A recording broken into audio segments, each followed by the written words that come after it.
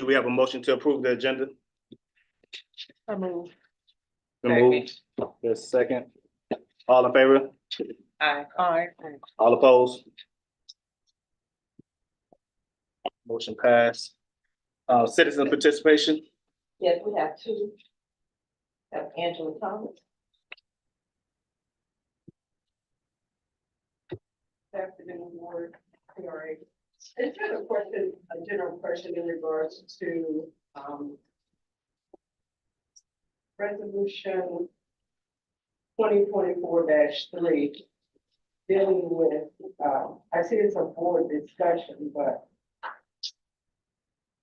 there's just a contract with Orange County Community Division for inmate programs.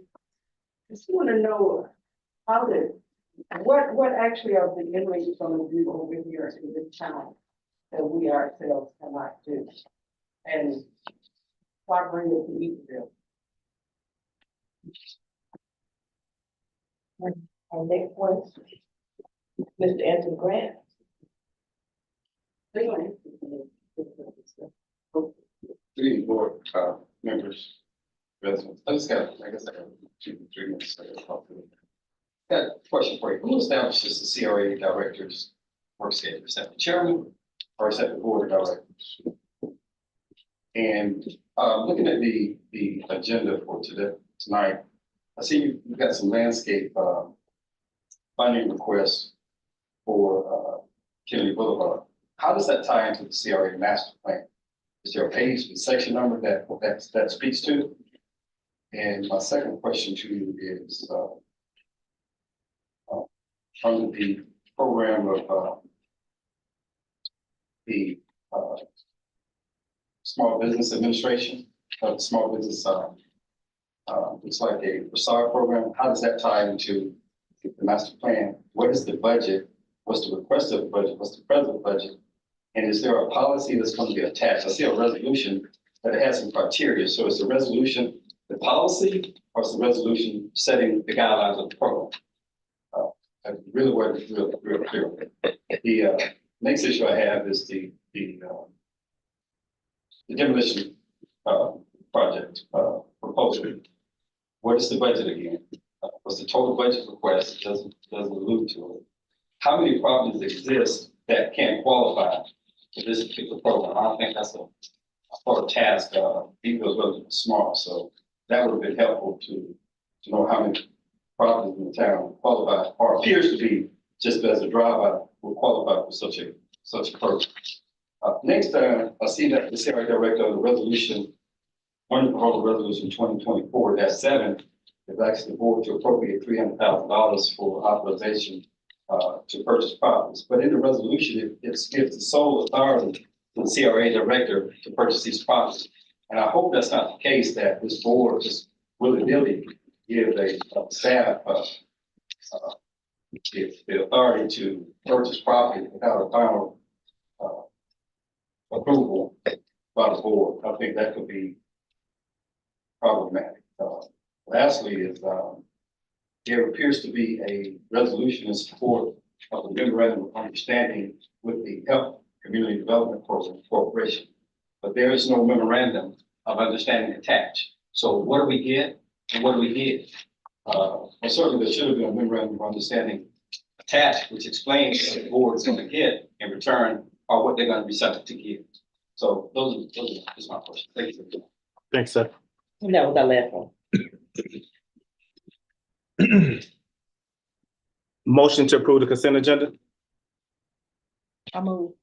It's been moved in second. Second. All in favor? Aye. Aye. And opposed? Nay.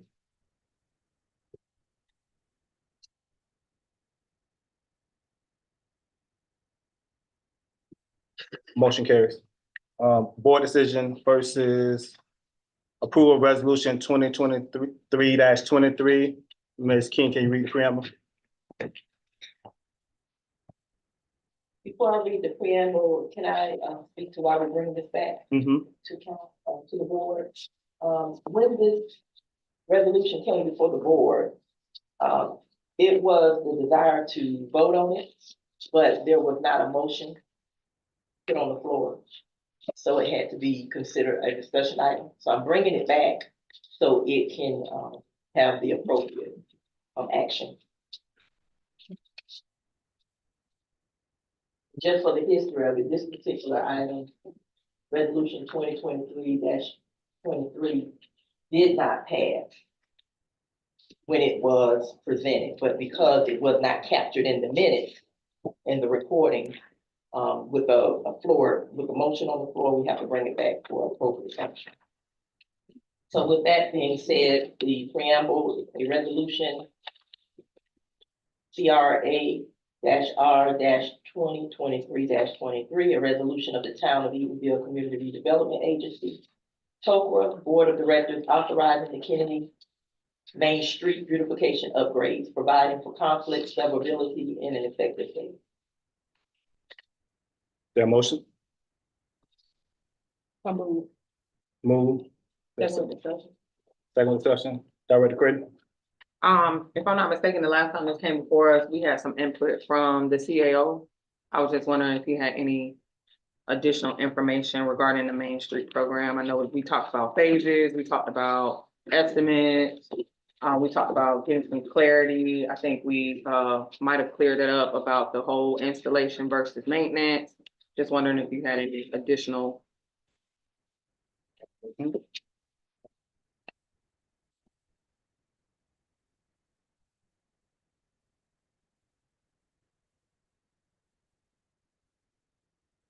Board, just an update, and basically, since we've had our new CRA director on board, I've passed that information on at this point. Several things came from the board, of course, as we move forward, looking at local vendors, and the other portion was to decide on, the amount which was used. Since then, we've actually had several local vendors look at it. Only one has submitted an actual quote. And with that quote is, we did it in phases. So the first phase was roughly about $30,000 for the first phase. And that would include the installation of sod, plantings, and groundcover for that. We can, the CRA director has the actual quote, but it was just there to kind of get a basis on what that project might cost at that point. And so we projected, of course, $50,000 was what we were looking at, but of course, with the original quote, with the quote that's coming in so far, there may be additional costs that we may need to add to it in order to do the complete right way. And so I think today was kind of having the board discuss the amount as well as approving us moving forward with getting the quotes to proceed forward with the project.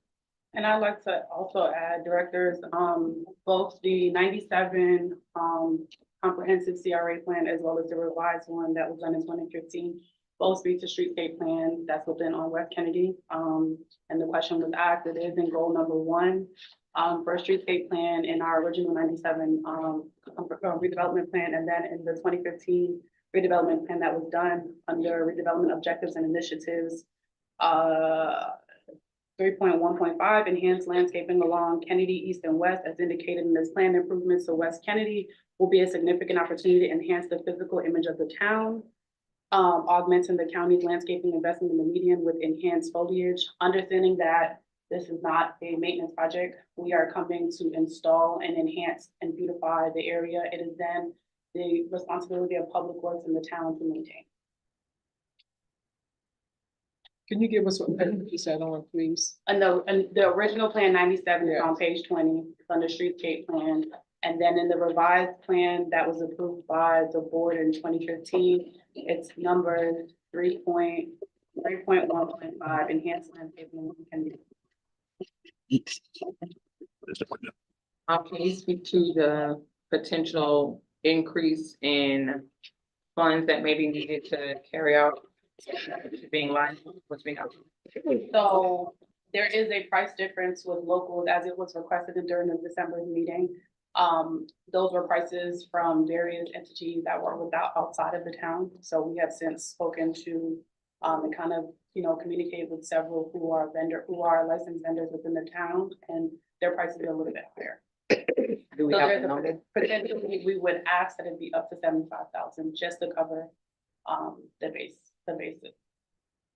And 75, the first phase was up until I gave you the extent of that. And this, the board will have to decide how they want to proceed forward with it, but 75 will cover 3 phases. The first phase would consist of from Gabriel up to College Street. College Street, and then from College will be the middle enhancement, which is not as invasive as the other areas. There's no medians, which go up to Capitol, I'm sorry, not to Capitol, to West Street, and West Street, East Street will be the last street. So this covers East Kennedy between Gabriel and East Street. Yes.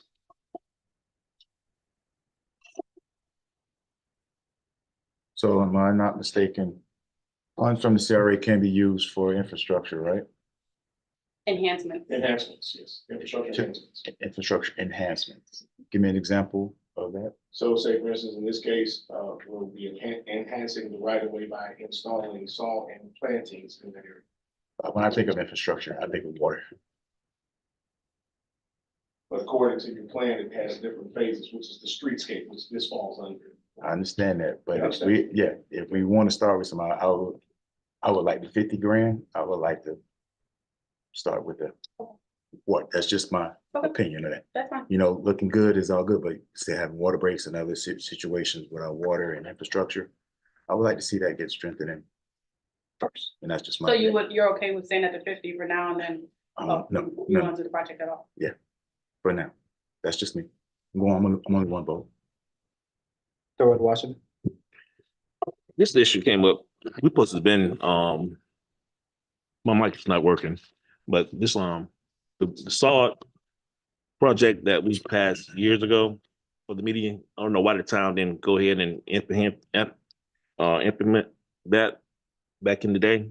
I don't think we need to come back and do this with the CRA funds because we already allocated and passed to fix that, to put grass in the median and on that median between Gabriel and College. So I don't know why we're dealing with this here with the CRA funds when we passed it back in 16, 15, whatever that was, when we had a boo here, that we said that we was gonna fix, put grass in that median. So I don't know why we revisiting this. So that's all I have. So you said it was already initiated on the town side? Yes. Anyone else? I have one more question. We also discussed, clearing out what was there to go ahead and do this installation. Is that incorporated into the quote, or do you have any further information on That would be included in the request for it. the Yeah, the uplifting? majority of the sod has been removed right now. Okay. So we work with them and include the rest of it being in the project. Yeah, approved. I'd also like to, I'm sorry, Director Randolph, before I finish, I'd like to piggyback off of Director Washington's statement. I remember asking about if this was something that was started on the town side, because we all know that CRA and the township mix. If the town is doing something, then it's the CRA's responsibility to enhance, as we've used that term tonight. So if I thought we were gonna get some clarification as to whether or not this was a town project or not. I mean, I hear what Director Washington is saying, but is there any way staff can confirm whether or not this is actually a project that has been initiated on the town side? Being that it's being mentioned that this was from a budget from 2016, I'm only working with the current budget and what's been approved from that budget. So whether it was approved prior, if it wasn't done during that period, there's been consistent budgets that have been approved that didn't include that work. Neither was it included in the current budget that we have right now for the town. And so we're starting with a clean slate. Absolutely. So there's no allocated funds that are set aside in the current budget for those projects that were previously mentioned in 2016. Does this include irrigation? No, this does not include irrigation. Irrigation has already been, we've already done the improvements to the irrigation. Okay, so as a part of the work, what is it that's going to be done with the trees in the middle? Are those being affected? I mean, what is actually going to happen? It's actually landscape, The landscape? actually the landscaping. Would you like me to read verbatim exactly the work? Yes, yes. The scope of work would include, between Gabriel and College Street is phase 1. Removing existing sod from 3 medians located in the center of Kennedy Boulevard. Prep the area by ensuring all excess debris from previous sod is removed and smoothing out the area to maintain a flat surface, installing trinite, flax, lilies, mini pine, bark, mulch, topsoil, and St. Augustine sod to be installed along the left and right medians on Kennedy, removal and haul away of any debris regarding the project. Okay, thank you. Yes, I'm director. Yeah, St. Augustine grass. That's what we're gonna put down. Expensive grass instead of the hair or something that can last through winter and summer. St. Augustine will last through the different phases of the tree department. I mean, without landscaping of irrigation systems in the past, haven't kept up with the grass in our immediate or in our islands. So I don't think we should use St. Augustine grass. Like I said, I don't think the city public works department was in on this, should have been in on this. But like I said, with all the other stuff that go on with the shrubbery, and I always said we need to just put grass instead of putting all these plants or anything that take out maintenance of water or weeding. As most landscaping in most cities, they have been going with grass, less plants. So keeping out the maintenance on those areas. So on that case of St. Augustine, I don't agree with that because like I said, that grass there, if you're not gonna put it through the whole city, I think it'd be it's not gonna be nice, so that we're just gonna put it from point A to point C and D down here. And St. Augustine is very expensive, so I don't support that St. Augustine grass. There's not an extensive amount of it. It's just portions that made sense for the beautification project to put certain areas for that. Most of this is actual greenscape where it's easy maintained, and also native plants that are in the area that have been requested and reviewed by horticulturists that gave us an idea for it. And so that's what we were going off the recommendations of someone that has expertise in that field. Just real quick, I think we need to remember that infrastructure is above ground and below ground. The infrastructure below ground is your pipes and your water, but you also have infrastructure above ground. The other thing is when you enter, just thinking about what residents have said, they would like to see that main quarter look better, look cleaner. And the partnership between the CRA and the town, I mean, that should be a strong partnership. And I personally don't see any reason why the plans, the CRA plans supported, that the CRA cannot support the upgrades along that main quarter as long as they're not in charge of the maintenance. That's been stated before. I mean, if something happened in 2016, that money wasn't spent, it usually goes back into the general fund and redistributed again, reallocated. No one here, I believe, can answer for what happened. Don't know, but moving forward today and in the future, definitely seems like something that we should at least help with, in regards to the town. So my comment is, I would say going forward on something like this, I would love to have seen the scope of work, maybe a diagram showing everything. Also, Mr. Presley said a point. He said that the town already fixed the irrigation. So to me, it seems like the town has already started it. Also, when the town went through and removed the sod and all that, it seems like that's a project of the town. That's just how I read it, So I think if we were gonna do that, then we should have let someone come in on that CRA scope of work and do it and go from that standpoint. So that's all I have. Any other discussion? I have one last point. I know a couple of the items on the agenda tonight have a dollar amount attached to them. My main concern is, even though we know that these funds need to be allocated, making sure that there's room in the budget for the things that are most important to the board. So not specific to this point, not specific to this agenda item, but just in general, I think we should be mindful of how, and I'm sure you've done your due diligence budget-wise, making sure that these things fall into place, but I want to make sure that we emphasize attention to the projects that are most important to the board that we've discussed, and making sure that funds are available for those. And I actually agree. On a side note, did everyone get a copy of the year-to-date expenditures? That's what you're saying. Yeah. You got it today? I got it. I don't think so. It As said the clerk, I didn't get a copy. Can you forward that to me? Yeah, that should have went out to everybody, that should have went out to everybody by Monday, by noon. So, okay. Any other discussion on this item? So we have a motion and it's been properly second to approve resolution 2023-23. All in favor? Aye. Aye. All opposed? Nay. Nay. Roll call? Director Washington, Nay. Director Quinn, Aye. Director Gardner, Aye. Director Daniels, Nay. and Vice Chairman Randolph. Aye. And Chair. Nay. 3-3, right? Yes. Motion passes. Next, we have approval of, Wait, how does it pass? I said motion failed. It's 3-3. Oh, I'm sorry, I thought you said pass. The director doesn't vote. The only voting directors are the board. The board. So does it come back again since it's tied?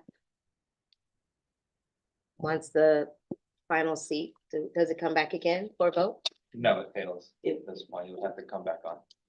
So just as another agenda item, it can be brought back. on. Right, that was my question. Okay, But for the record, it would be noted Yeah. as the item that failed. okay.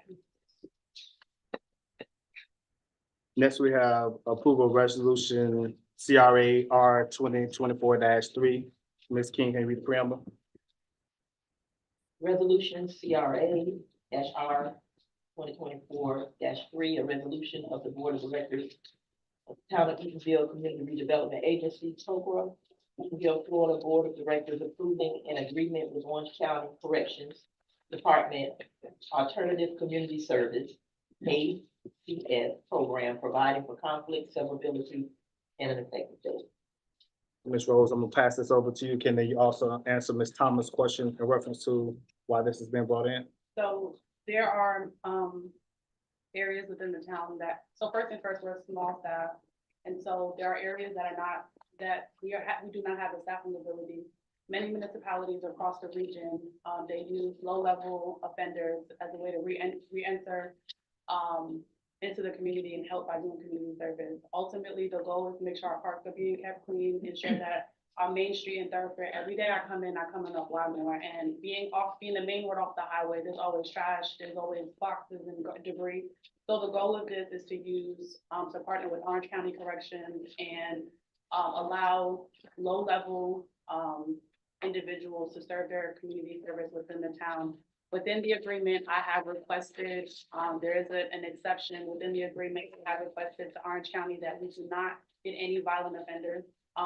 Because sometimes, because it is typically it's a misdemeanor and or a drug court program, typically a person may go in for a felony charge, they may, plead to a lesser charge and catch a misdemeanor. So it's spelled out, no violent offenders, the type of violent offenders.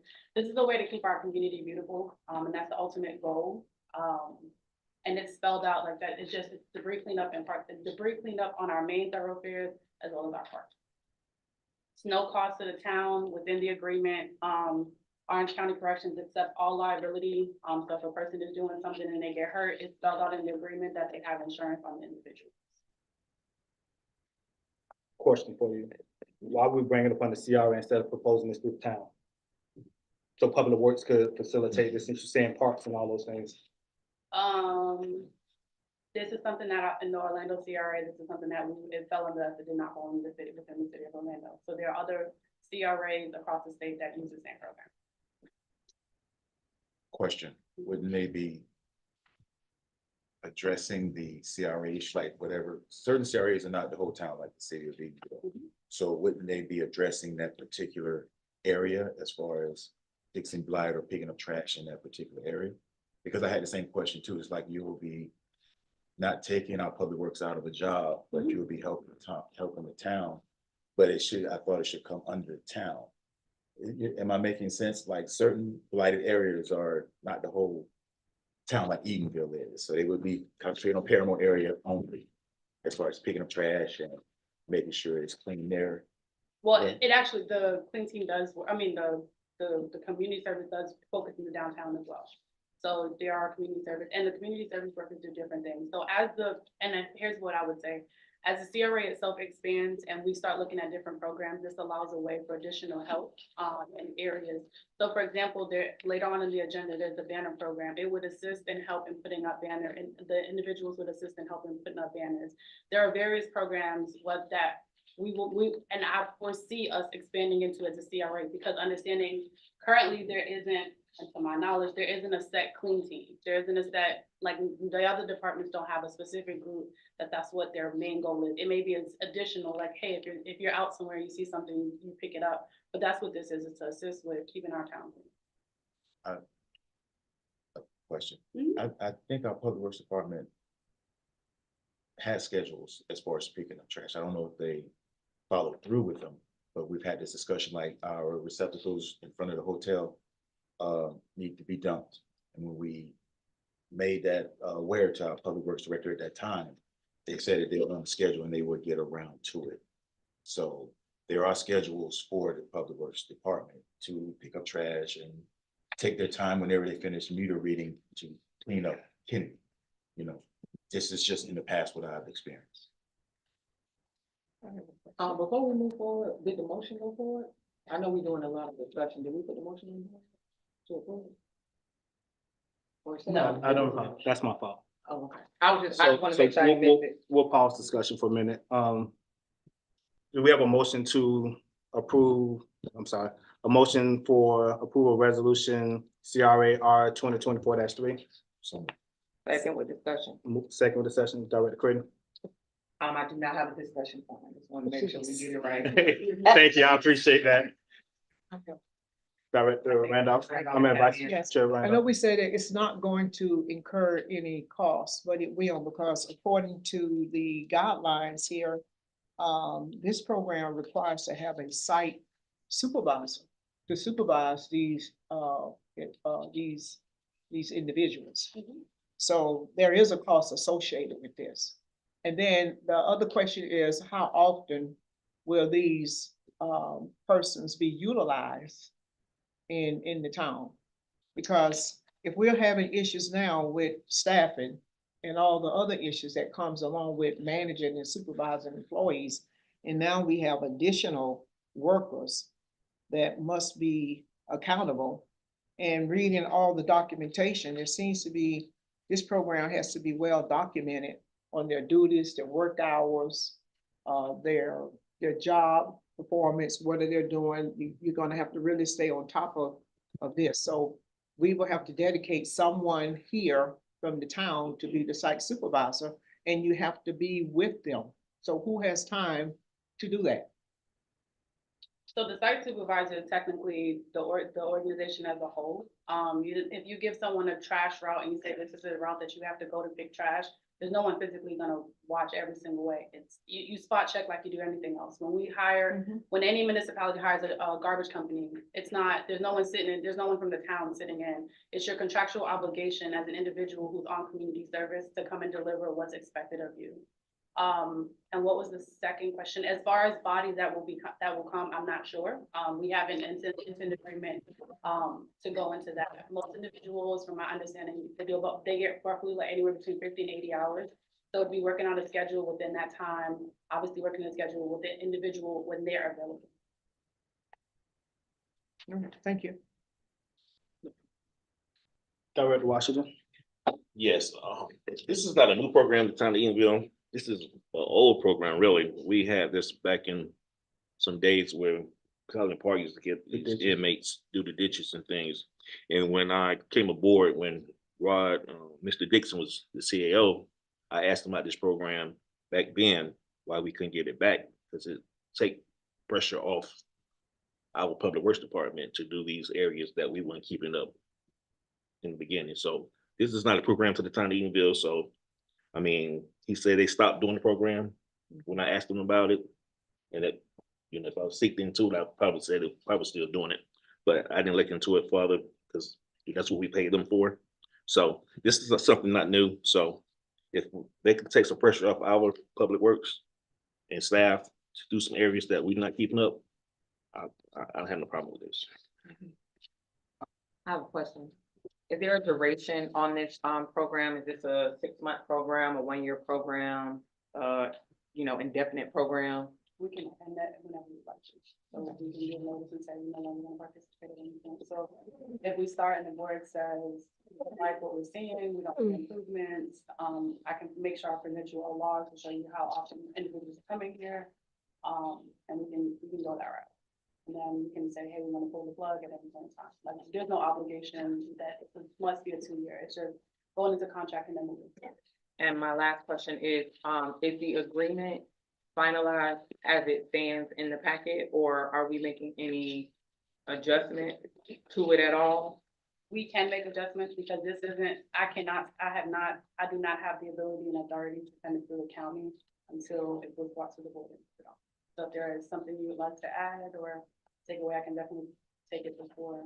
So I just want to be clear, with the resolution as it stands upon approval does not specify that this specific agreement in the packet is what we're using going forward. Are we approving the program in general or the agreement as it is in the agenda? The agreement. Has legal had a chance to review it? Yes. No issue. Attorney Jackson didn't specify any issues. And I'll come to you, Director Daniels, in a minute. You don't think this program should be in the town of Greenville up under Public Works? When we talk about the beautification of the town, that is something that the CRA has to strongly consider. And so that's the reason why I was bringing it before the CRA. As we talk about the gateway of our community, as we talk about retaining and soliciting new businesses to come into it, the beautification is very important to me. So what input did Public Works tell you about this, or what they see the need for more work to be done? Because you said parts. We really only have like 2 parts, and they're not that big. So I don't know if that's going to really go to say it's to clean up the parts. Parts are pretty decent. I mean, it's other stuff needs to be done, but where are the resources going to come from to help facilitate that? Because they do more than just clean. They can go through and cut around the lakes and all that stuff too, correct? Correct. So if we decided, so if that's something that we want to talk about and include in, I think that, in my opinion, and then we can tell me otherwise, if we want to individually meet with directors and talk, or if you all want to give items that you want the individuals to do, we can talk about that. I think the first step for me is getting through the agreement, and then we can have discussions on what we would like to see done, because everyone may have something different. Like someone may say, oh, why more is important, but no, this area is more important than me. So I think that's more of a one-to-one conversation, legal, unless I'm wrong. No, I think the first step is getting through the agreement and then going from there. that's correct. You'd be able to identify which portions Yeah. of the CRA boundaries you would want this work for. I'm in favor of what Board Member Washington had said. The town has had this before, so if we are area specific in the town as to what we would like to see, they're given, the most attention, I think that will probably be good, but not to just the freelance out into the neighborhoods. And so I think it has to be program specific for certain areas. And it may be that we only need them maybe a couple times out of a year to do certain things. I think Wyoming needs to be clean every day. Pardon? That's just, I think Wyoming needs to be clean every day, just coming in that way. So how long will it take for you to put a timeline and plan together for this on the areas that need the focal points? So they're not, or I'll be honest, they're knocking on my door. They've asked me 3 times yet. Did you get the agreement? I said, I want to make sure I didn't get the agreement. There's always bodies to be placed somewhere. So if you all want to give me a timeline and say, within 30 days, within 60 days, I can make sure I connect with Orange County Corrections Department and make sure that gets done. So again, just to make sure I'm clear, upon approval of this resolution, this agreement as it stands is going into effect. Okay, so if we have adjustments or modifications that we want to make to the agreement, Now, not tell y'all how to vote, but what sense does it make to approve the agreement if it's not, like we said, property specific, or we're not listing what jobs we might want to see done? I mean, me personally, I would like to see that in writing before I move on something as not broad, but something as unspecific, I guess is a better term than what I'm seeing in the current agreement.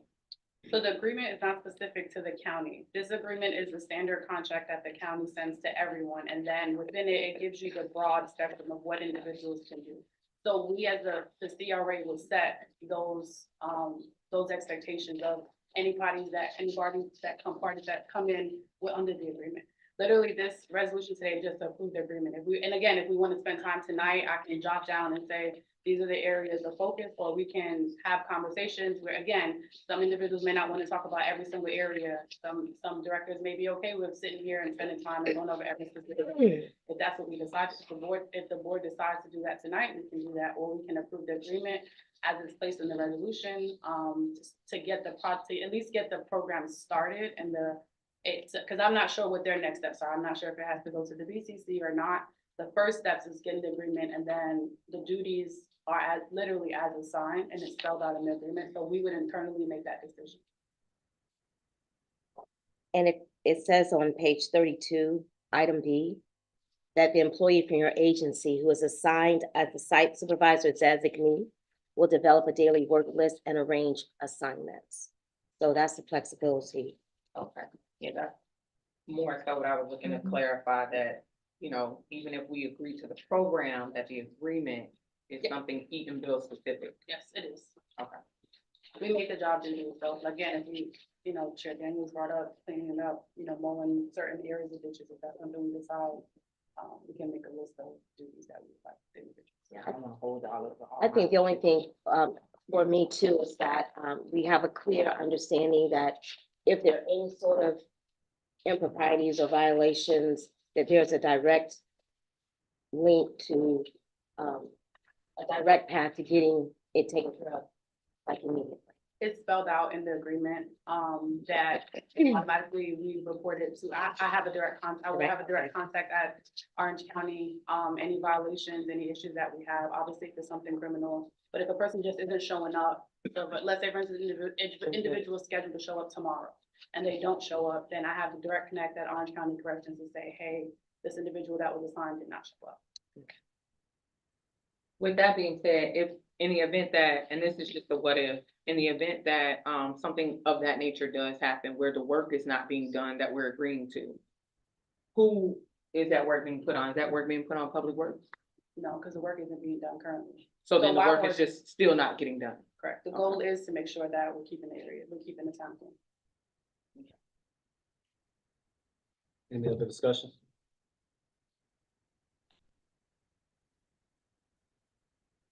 So approval of resolution CRA R 2020-24-3 has been moved and properly second. All in favor? Aye. All opposed? Motion passed. Next, we have approval to change the schedule March 2024 CRA meeting. Resolution CRA-R 2024-4, resolution of the Board of Directors of the Town of Eatonville Community Redevelopment Agency, TOCRA, approving changes to the scheduled March 21st, 2024 TOCRA board meeting, providing for conflict severability and an effective date. There's a motion. So moved. Second with discussion. It's been moved and proper second session. Director Daniels. If possible, can we move it up instead of back? Can we move it to the 4th, since we've been customary of having all 3 in one day? We don't have to move it back. We can just go ahead and have it on our town council The day. fifth. Mhm. Whatever that first, Tuesday. if we have first Tuesday, if possible.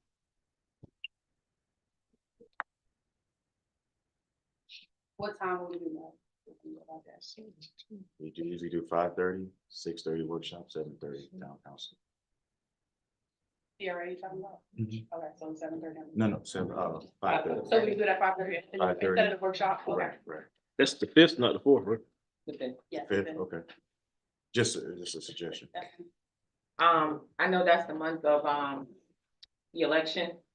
And so I might be in favor. I have no problem with the 5th, but I was thinking that maybe some of our directors might be more in favor of having it later in the month. Maybe like the last Thursday. I don't know what the town calendar looks like at all, but for those who might be occupied. Fifth, You're talking about having the CRA meeting on March the fifth? That was that That was was a suggestion, that was one suggestion. I'm saying instead of at the beginning of the month, is anybody in favor of having it at the end of the month?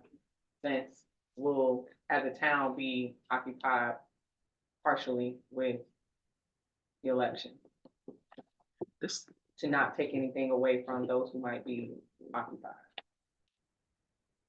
well, that, I mean, Just for clarity, this year, the election is gonna take place on March the 19th. And the date that she's recommending will be March 28th, which would be the fourth it's a Sunday, Thursday. it's a Sunday. Oh, I'm gonna get something at my back. Okay, but, I mean, I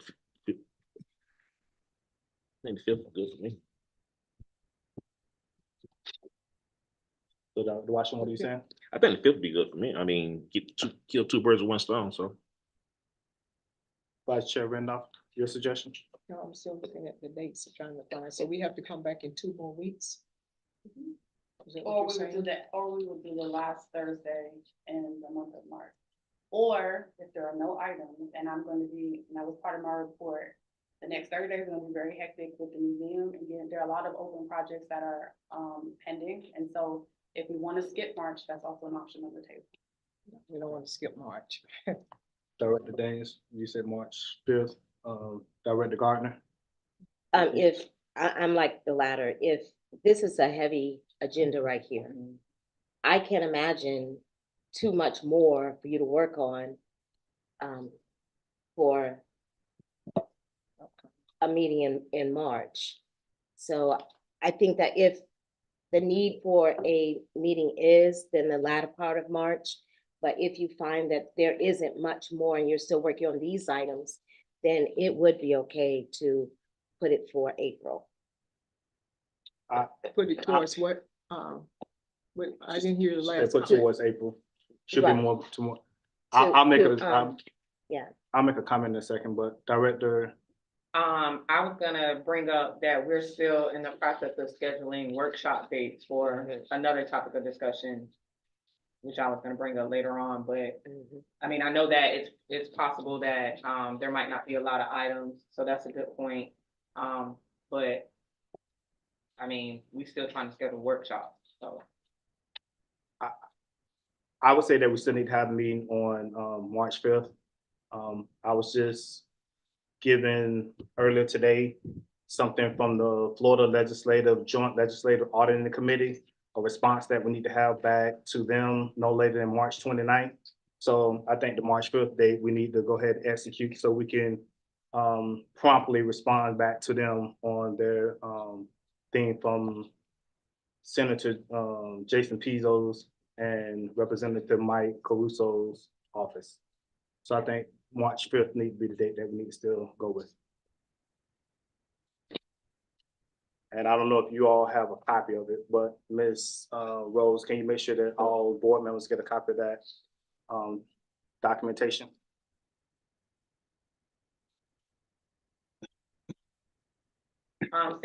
Since a specific date is not mentioned in the actual resolution, I'm assuming we can agree or disagree and then establish a date at a later time, or are we gonna establish that now before we move forward? I think we should go ahead and establish it now. Yeah, Yeah, there is a date in the resolution for, Yeah, But scheduling it to a different date, to the So new we'll date. just strike that to the new date. Are we adding that to the resolution, or are we just adding that so to you the would record? move to amend the resolution and change the date to March fifth. Okay, So the next meeting after that will be on the regular schedule in April.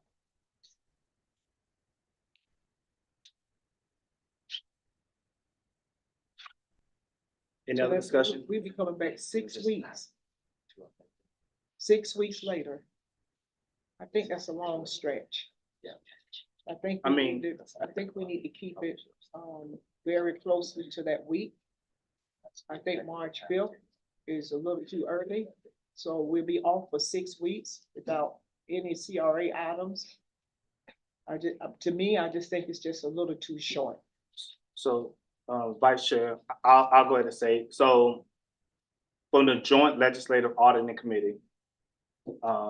It's a repeat audit findings. They're asking that we put in writing a response to them by March 29th, 2024.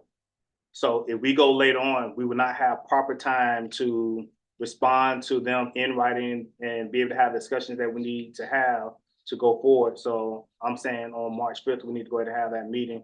And if anything special come up, then we can always call for a special meeting or whatever during that time. Okay, point of clarification, audit response does not have to come back to the board. That's a legal document that we need to, it's administrative, it's not a board. And nowhere are audits, board, any board, whether it's the council or it's the CRA, it's an audit thing, that's a financial thing, that's a legal thing that has to be taken care of. Right, so you're saying none of this have to come back to us for written response? That's administrative.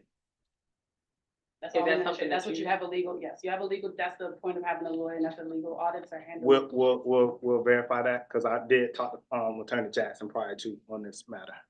Well, I would be concerned, like, if March is a busy month for you, that you would have enough time. I mean, you would know, but if March is gonna be a busy month, I don't wanna be in the way of you being able to get done what you might need to get done. I'm flexible either way.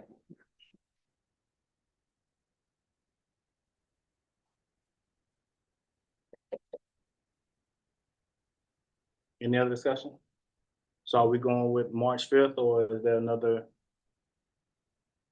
March 28th was the other discussed the following Thursday. I guess going on, a roll call to go March 5th and then a roll call goes from me. Before we do that, I think what you said is a good idea. If we wanna do the March 5th, we can do the March 5th. If it's absolutely necessary to have another meeting in that 6 week time span, we can always call a special meeting if that's viable for you all.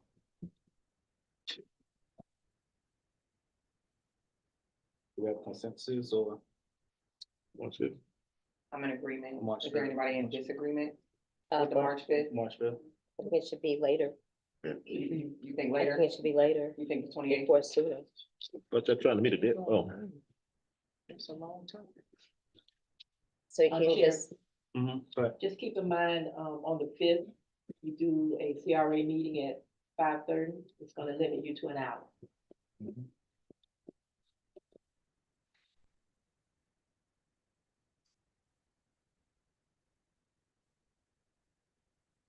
so we're just taking a poll. I think let's just go with the 28th. I'm in favor of that last week. I don't like being off for 6 weeks until we have a meeting. so was there any particular reason why we moved it from the 21st? I mean, from the day that it's supposed to be on, what was that date? 21st. The 21st, was there any particular reason why? Did we have conflicts with any of the board people? Why we changing it? If we want to keep the date the same, we can. The 21st? Yeah. Well, let's keep it the 21st. It seems like it's back and forth on things, so everybody should go with the 21st.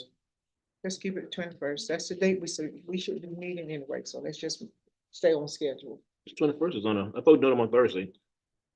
That is on Thursday. That's the normal I'm schedule. looking at something else. That's the third Thursday. So are we taking this off? Well, you have a motion on the I have a floor. motion, I know, yeah. So anybody want to rescind? Just voted that. Oh, we just voted down, Yeah. yeah. But to your question, you wanted to know why it's on the summary. It says because of several events taking place the week of March 17th to March 23rd, not limited to Orange County Public Schools spring break. That was the reason based on the summary And the election. and the election. Well, the election is the election that Tuesday, so That it Tuesday, wouldn't, yeah. it wouldn't That- affect that yes. anything anyway. Okay. All in favor? All in favor of what?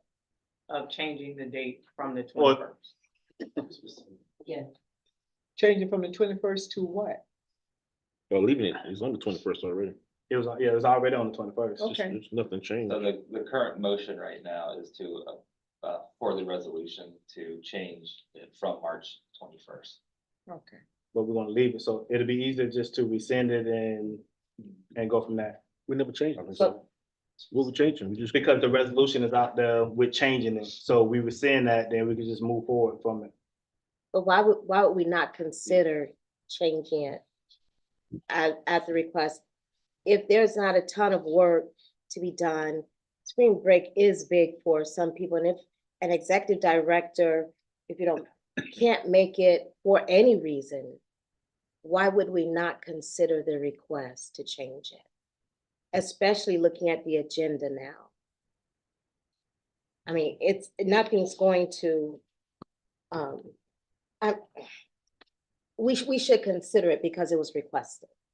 And there's nothing, so changing to the 28th is not gonna hurt anything, and not having it at all is not gonna hurt anything. I mean, because when we look at the agenda now, there is enough stuff here that we may not even need a meeting next month. So we should consider it because it was requested. Would you go on the 28th? Yes. That's a week So later. the 5th or the 28th, that won't work. So if we want to do the 28th, I am open to that.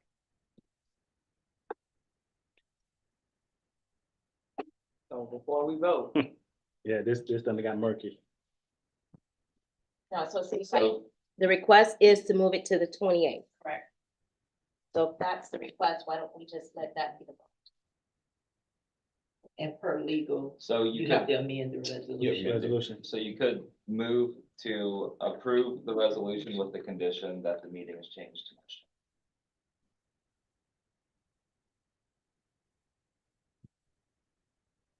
So we have a motion to amend the resolution to be changed to March 28th from the March 21st date. The amendment to the resolution would just be to include the March 28th date, because right now there is no Okay. date set.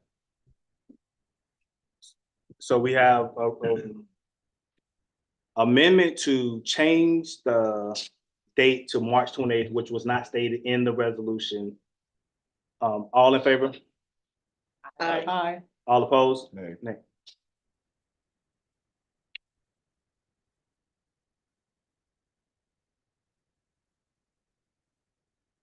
Next, we have approval resolution CRA R 2024-5, approving the small business facade site improvement and adaptive reuse program, preamble. Resolution CRA R 2024-5, a resolution of the Board of Directors of the Town of Eatonville Community Redevelopment Agency, TOCRA, of Eatonville, Florida, Board of Directors approving a small business facade site improvement and adaptive reuse program for conflict, severability, and an effective date. Ms. Rose, but then also during that time, can you answer the questions of former Mayor Grant as well? We need a motion. Well, do we have a motion to approve? So moved. It's been moved. second with discussion. Second discussion, Director Criden. If you wanna address, let's take one comment that's first. I'll yield. So there is no funding to this program. Ultimately, most organizations, you establish the program itself. The program is spelled out exactly how it would go.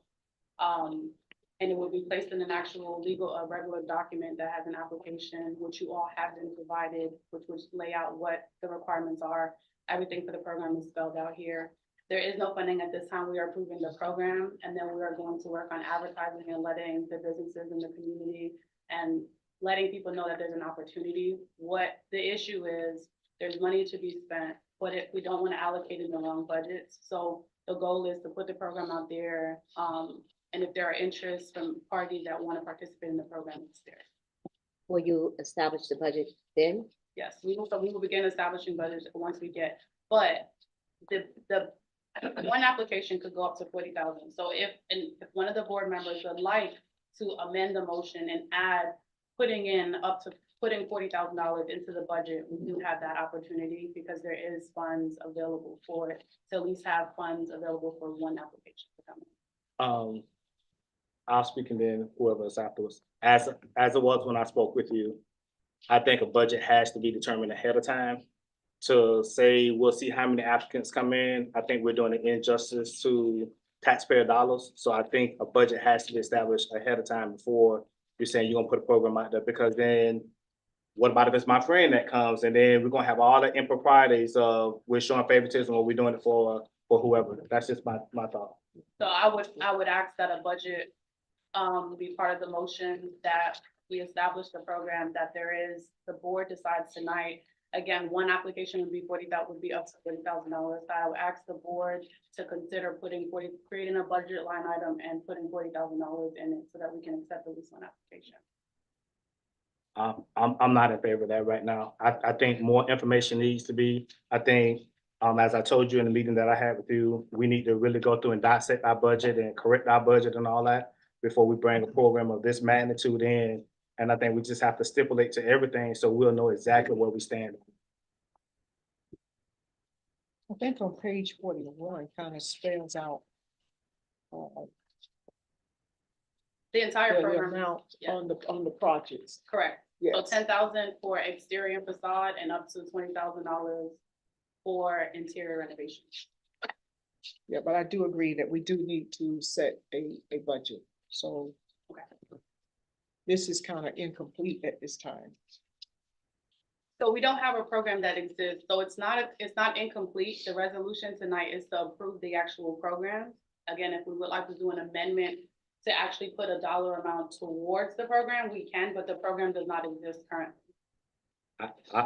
My suggestion would be to bring it back with a budget to go along with it, so we can match it and we can see what's going on.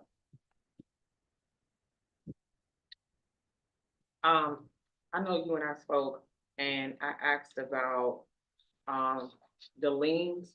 I don't remember where in the, It's spelled out, it's spelled out under section 7 program funding. Under the program, all awards will be treated as a zero interest deferred loan. The applicants will be responsible for the remaining of the project, and then we place a lien. so I know we're kind of in the middle of discussion right now. My statement is in regards to the liens themselves, making sure that, the program spells out the specific people that have the authority to place and remove those liens. I think it's an assumption that it is Attorney Jackson. If we could have that spelled out in here, I would appreciate that. And you did say this is reimbursable, right? Correct. So we're saying that those people will have to come up with the 30,000, then we'll reimburse as it go forward. Correct. So ultimately, it'd be a $60,000. You'd be looking at a $60,000 project because it's up to 50% match. There was also some literature regarding some exclusions for applicants, specifically in regards to, criminal background check, speaking to felony conviction. I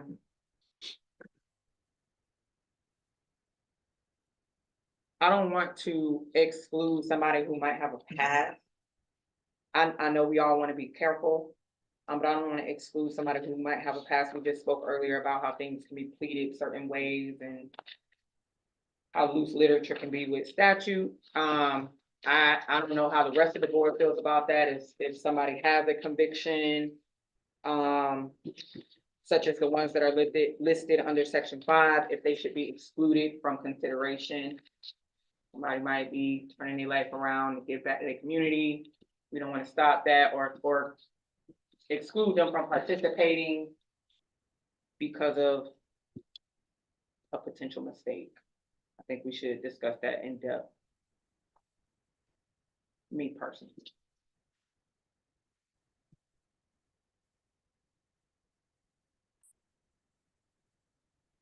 Any other discussions?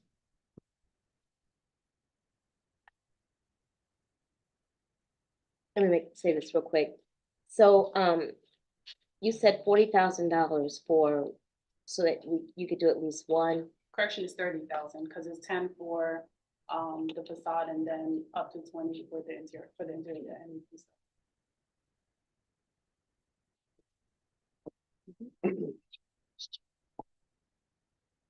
I got a question. Go with Washington. So just one person can get this money? That's the thing. Just one person, one business, or what we doing? It's not a budget established, so she's asking that we just put 30,000 down. And it could just be one person end up getting it. I mean, ultimately, if the board wants to add, the board has the ability to add how much ever the board decides. So I'm just letting everyone know the minimum for one is up to 30,000. So if the board says, want to put $100,000 into this budget, that's up to the board's discretion. That, I'm leaving that to the board. Ultimately, tonight's request is only for the program. The request is not for anything else. I'm not asking for a budget. I'm not asking if the board decides to put a budget towards this, but the board has the ability to. All programs are first come, first served basis. So if we approve this tonight and we approve with 30,000, if one application came in or 30 applications, it's the first come, first served based on the individuals who turn in everything that's required on the application checklist. So, Already Washington. So what, I was listening to Ms. Critton, Director Critton. What do somebody personal record have to do with this here? Other municipalities use that, and it's just a standard. If we want to take that out, we can. No, I'm just saying, cause we just wanna make sure they own the property. And that's our main goal is, do they own the property? So. I don't if you care look- what you do, but do you own the property? That's the main thing. So if you look at the requirements for background, it is financial background, so someone who hasn't done check fraud or something, or some other felony charge over 5 years, and murderers and sexual battery and sexual assault in the last 10 years. That's typical for municipalities across the board. So again, if the board decides to take out, that's why tonight I didn't ask for money. Tonight I'm asking specifically for the program, so we can lay the groundwork and the foundation. If the board sees fit to add money, then that's an amendment that can be made. I'm gonna ask that we bring this back, personally, because I need to have a budgetary meeting to go along with it before I can make a decision. That's just my thoughts on it. And I don't think I would approve 30,000. I mean, for just one one business to get some funds, maybe we have a couple of businesses who might want to do a project. There should be more money in there. So, I mean, So we would like to put 90,000, that's something that the board can decide. That's the whole thing. If I bring a dollar amount, there's gonna be discussion about it one way or the other. Don't we have, well, I don't know if have is the proper term to use, but haven't we, participated in a program similar to this one before, where we've done, improvemements or Sound like the laundromat and the chamber, correct? yes.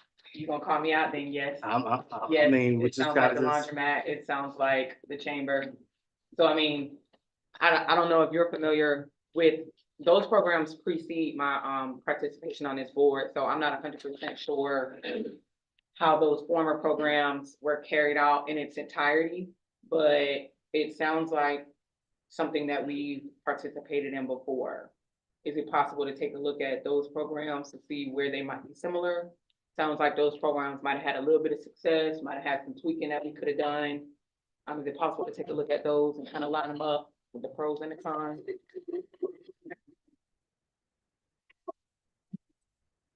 We should, move the table this and come back with a budget. Are there any parts of the program that you all would like to see revised? And that's ultimately what tonight's approval is, just the program. So when I come back, I can have language that the board wants adjusted. If we already have a program in existence, it's just not funded. I don't know that there is one. There's no budget line item for. No, it's not funded, but the program was utilized already. So if it just wasn't funded, then we already have the outline of that program, and it would just be a matter of you tweaking What did or it didn't work with with that? this. And because the program is already in existence. So then it would just be a matter of you deciding what you think is the best amount of money to allocate toward the program, and then bringing it to the board for approval, because the program exists.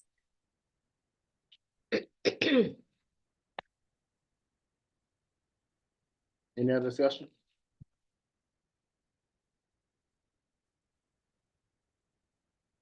We have a motion and it's been moved and properly second to approve of resolution CRA R 2024-5, approving a small business cascade. All in favor? All against? Nay. Nay. Nay. Motion failed. So we already have a program. Next, we have approval of resolution CRA R 2024-6, adopting and approving the Town of Edenville Community Redevelopment Agency Demolition Assistance Program. You can also answer former Mayor Grant's question in that. Do I have a motion? So move. It's been moved. Second. It's been second. All in favor? Aye. Oh, I'm Oh, sorry. sorry. Go ahead and read the preamble. Sorry. Just so I'm clear for the record, Director Daniels and Randolph, Vice.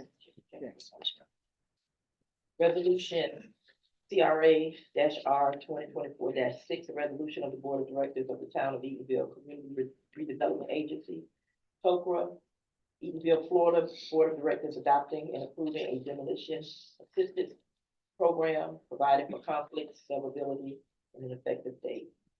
There's an error in the preamble. Should say program. It's been moved and properly second.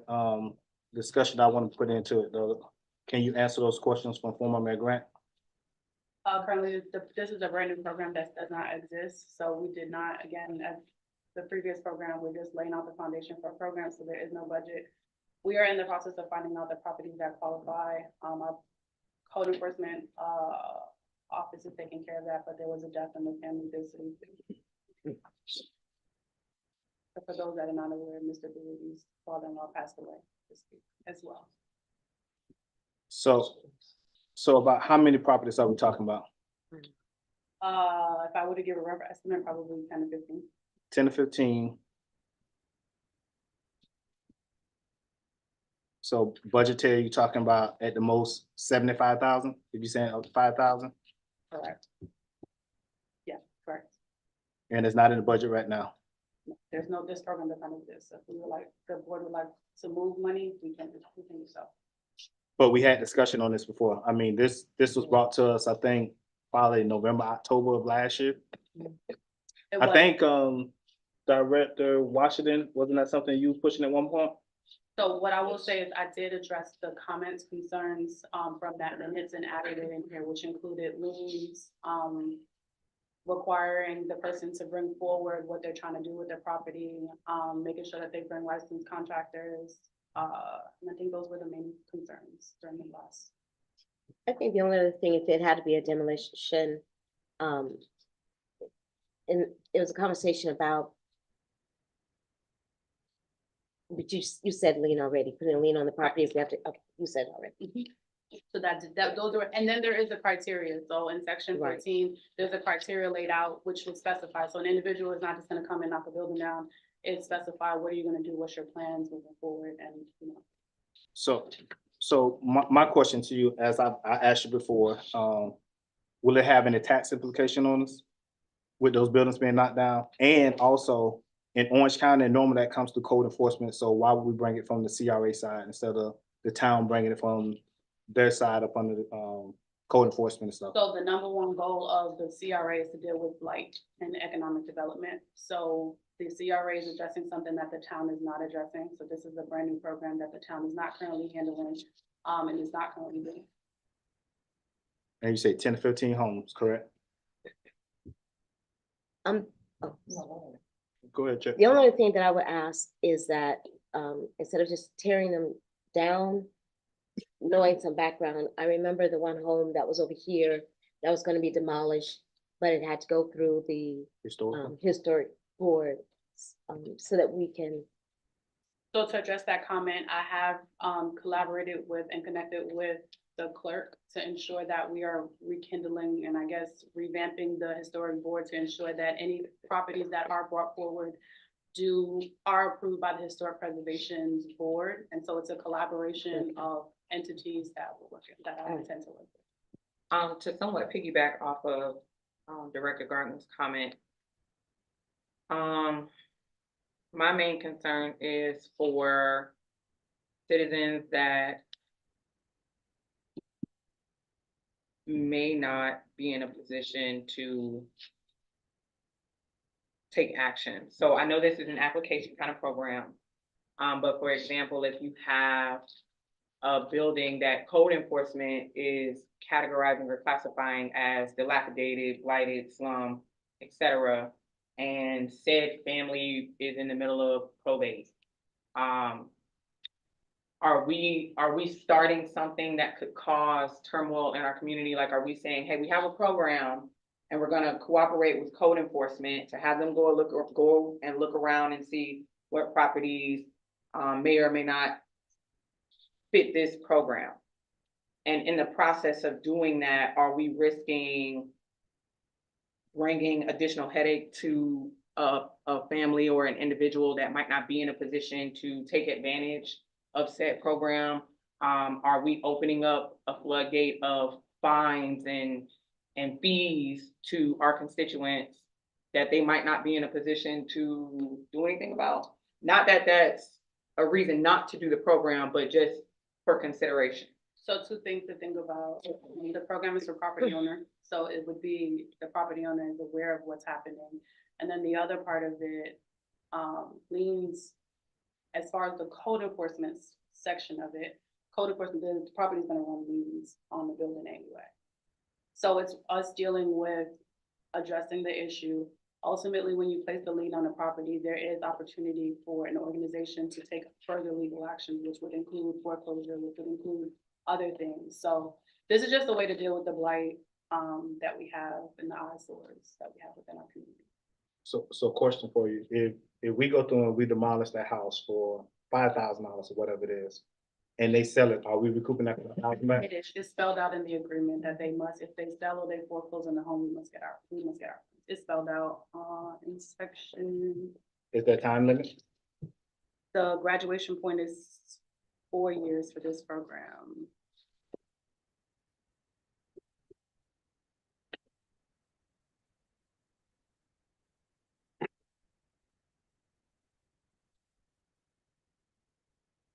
Director, while you looking for that, Director Washington? What happened, if a property already have liens on it, we're not, are we gonna try to look at those later? Are we gonna entertain those, if the property have liens on it before? Try to get in this program, we can clear those liens? That's something that the board can decide. That's what happens, you gotta get that money first. If they owe the town, you can't give them money, they already owe money. So, something that we're going to.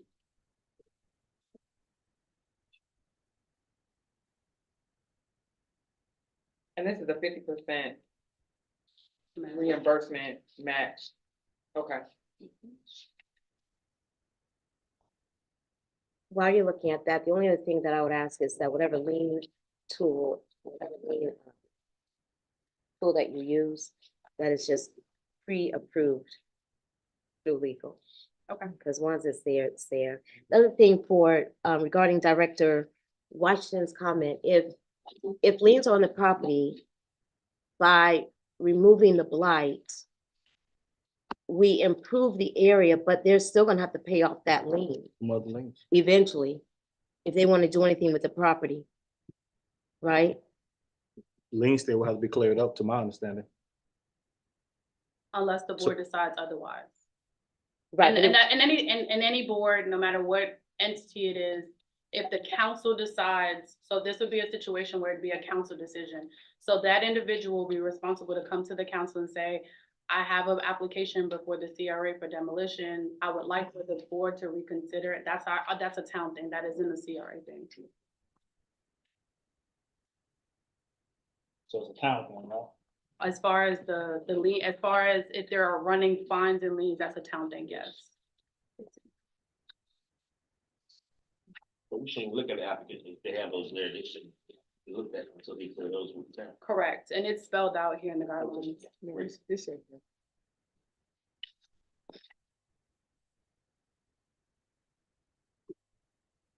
Did you find it? I did not.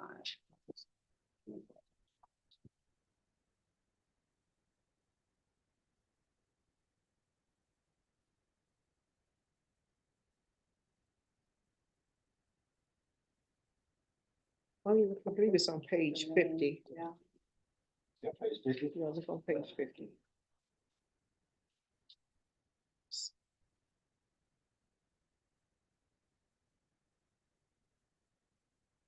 Program guidelines.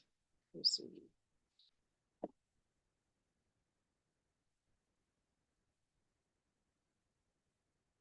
Okay, so if we wanna add it, So it's not in this document? no, we wanna place it in, we can add another subsection that would mirror. And I'll read the one that was in the, and I'll read it on the record if we wanna use the one that's in the small business facade program. Where's this one coming from? The one that you're reading from? I would like to place this in there so that we have a safeguard for liens. So I'm reading it off the small business facade. There's a section in there that I thought I added into the demolition assistance.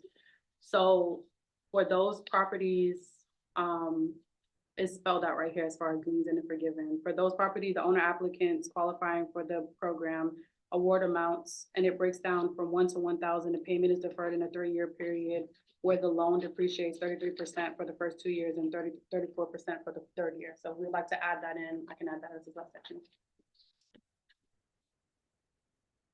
And I can read that again slowly on the record. So with this, have you talked with our, planning and code enforcement department about this? Yes, the thought process is that this would assist with the areas that we're struggling in.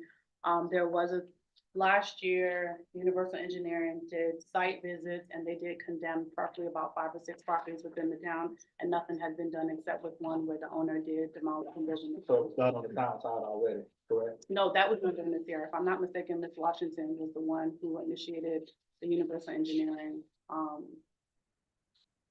process that was done.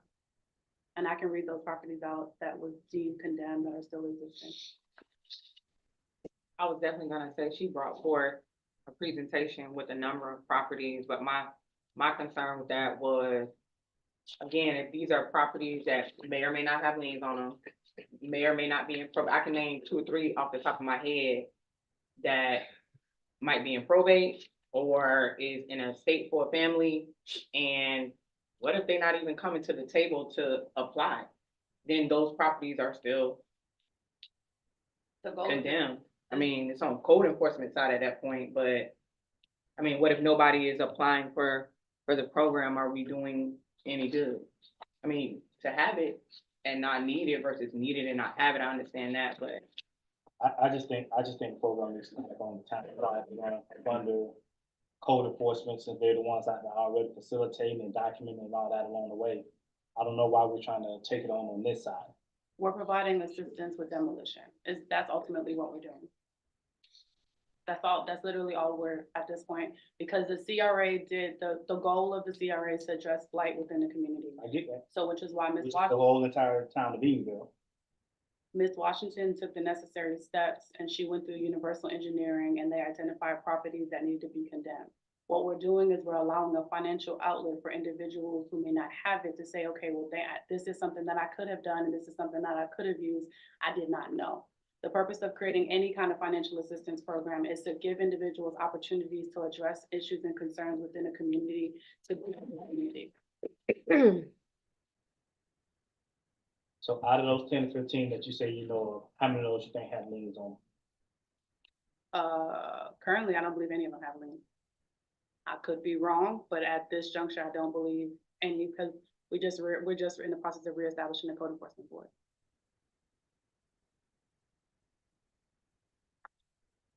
Any other discussion? can we go back to the tax implications? I know we said that, did you say there were no tax implications in this program? What do you mean tax implications? So, and y'all correct me if I'm wrong, I'm the youngest one on the board, but when you demo a building, you're no longer getting property taxes on the land and the building, right? You only give me on the land. On the land. So, I mean, considering that they're condemned and that they probably aren't generating a ton, if we losing 2 cents here, 2 cents there, I mean, especially since they have like a 4-year period to kind of 3-year period, excuse me, to kind of get some things done. Or I could be wrong on that, don't quote me on that. Because there is a time limit in here, are we concerned at all about any revenue that we might be losing out on if we tearing down a building and they're gonna take their time to come and do something about it? So I would say from my standpoint, it is the town's responsibility. And so either way how you slice it. So if the town's code enforcement board decides to demolish a building, then it's the code that, and that they're demolishing a building, no matter how you slice it. The goal of the CRA is to address blight, and that's exactly what this program is doing, no more, no less. Right. Most of the buildings in those structures, we're not receiving a huge tax base Right. from them anyway. Right. But the goal is to kickstart economic development. But also by removing it, you are improving the neighborhood curb appeal. So you should in essence be improving the values of the properties in that area. Right, and if we did it up on the code enforcement, if we demolish it down, we can pass that fee on to the owners, correct?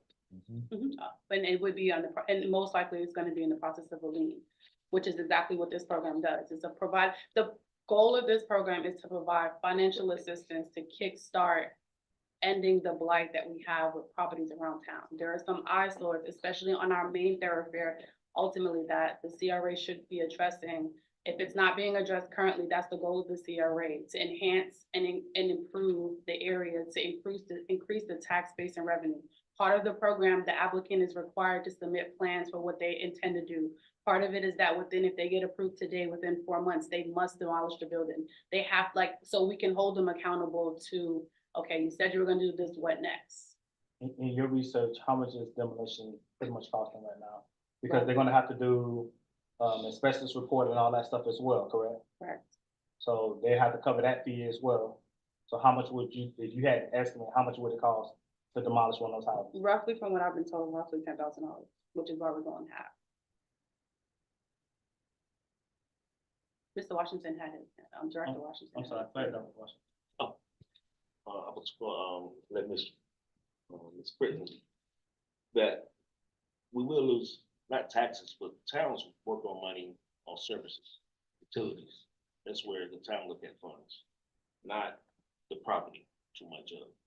The towns want the services, the water, the sewage, the garbage. We want the property too. But we get taxes if you put some on it, but we're missing out on that now because the house is not online, but nothing Okay. but taxes. So the town is missing out on 15, whatever properties out there.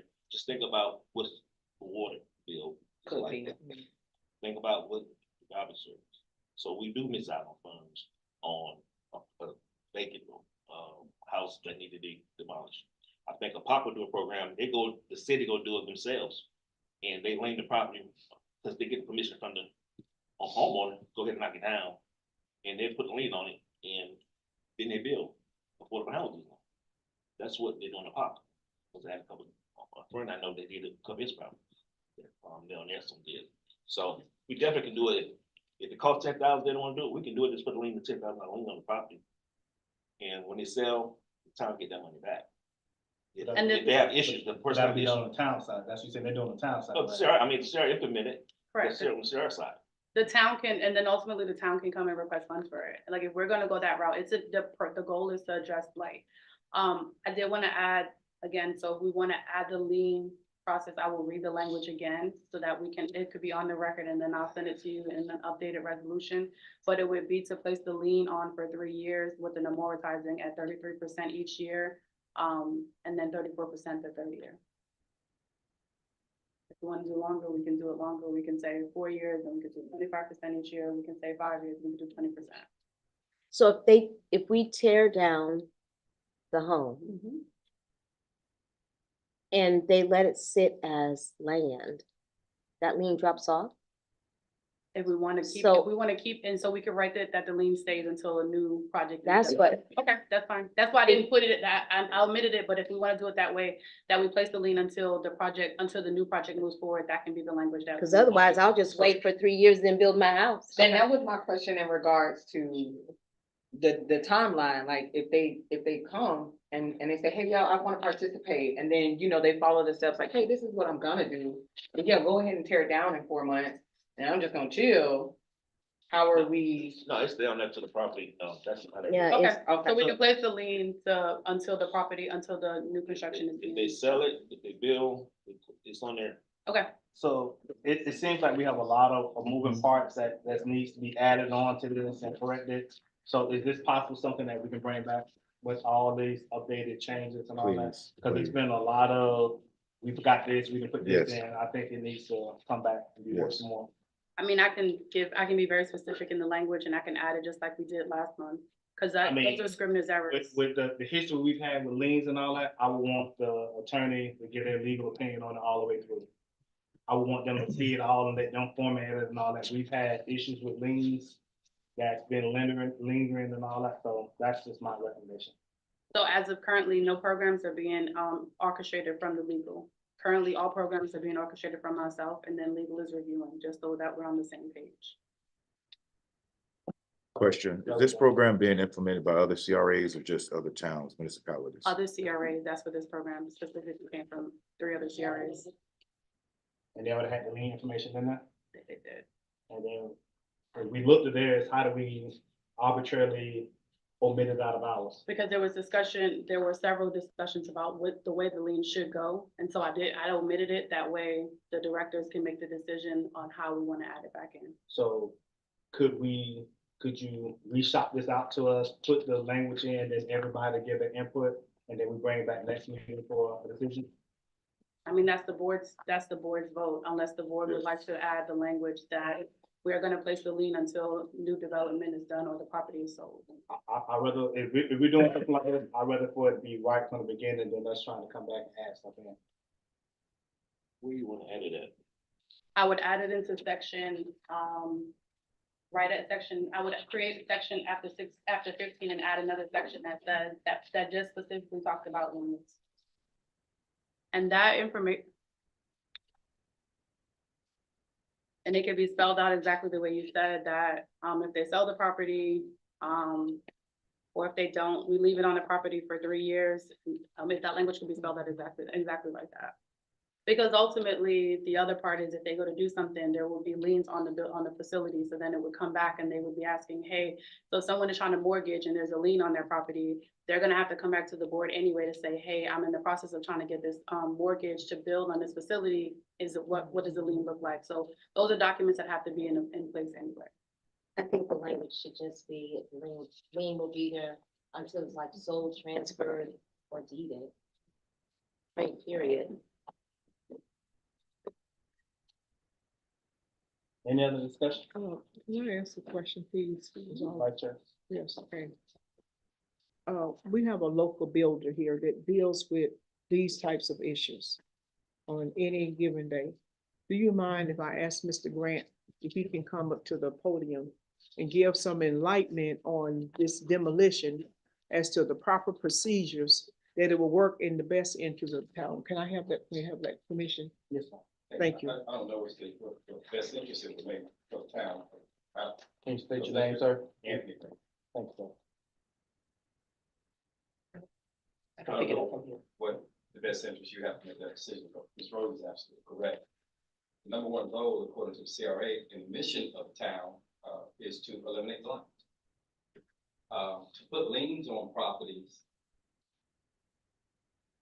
And I think the present council has it wrong, because I watch you wrestle with the issue on Wildwood Road in terms of a lien. Liens are not to be placed to punish individuals. It's put in place to correct an action. And hundreds of thousands of municipalities remove liens every day, release liens, code enforcement liens. They don't remove the ones that they have to physically go out and cut the grass, or they hire a contractor to demolish it.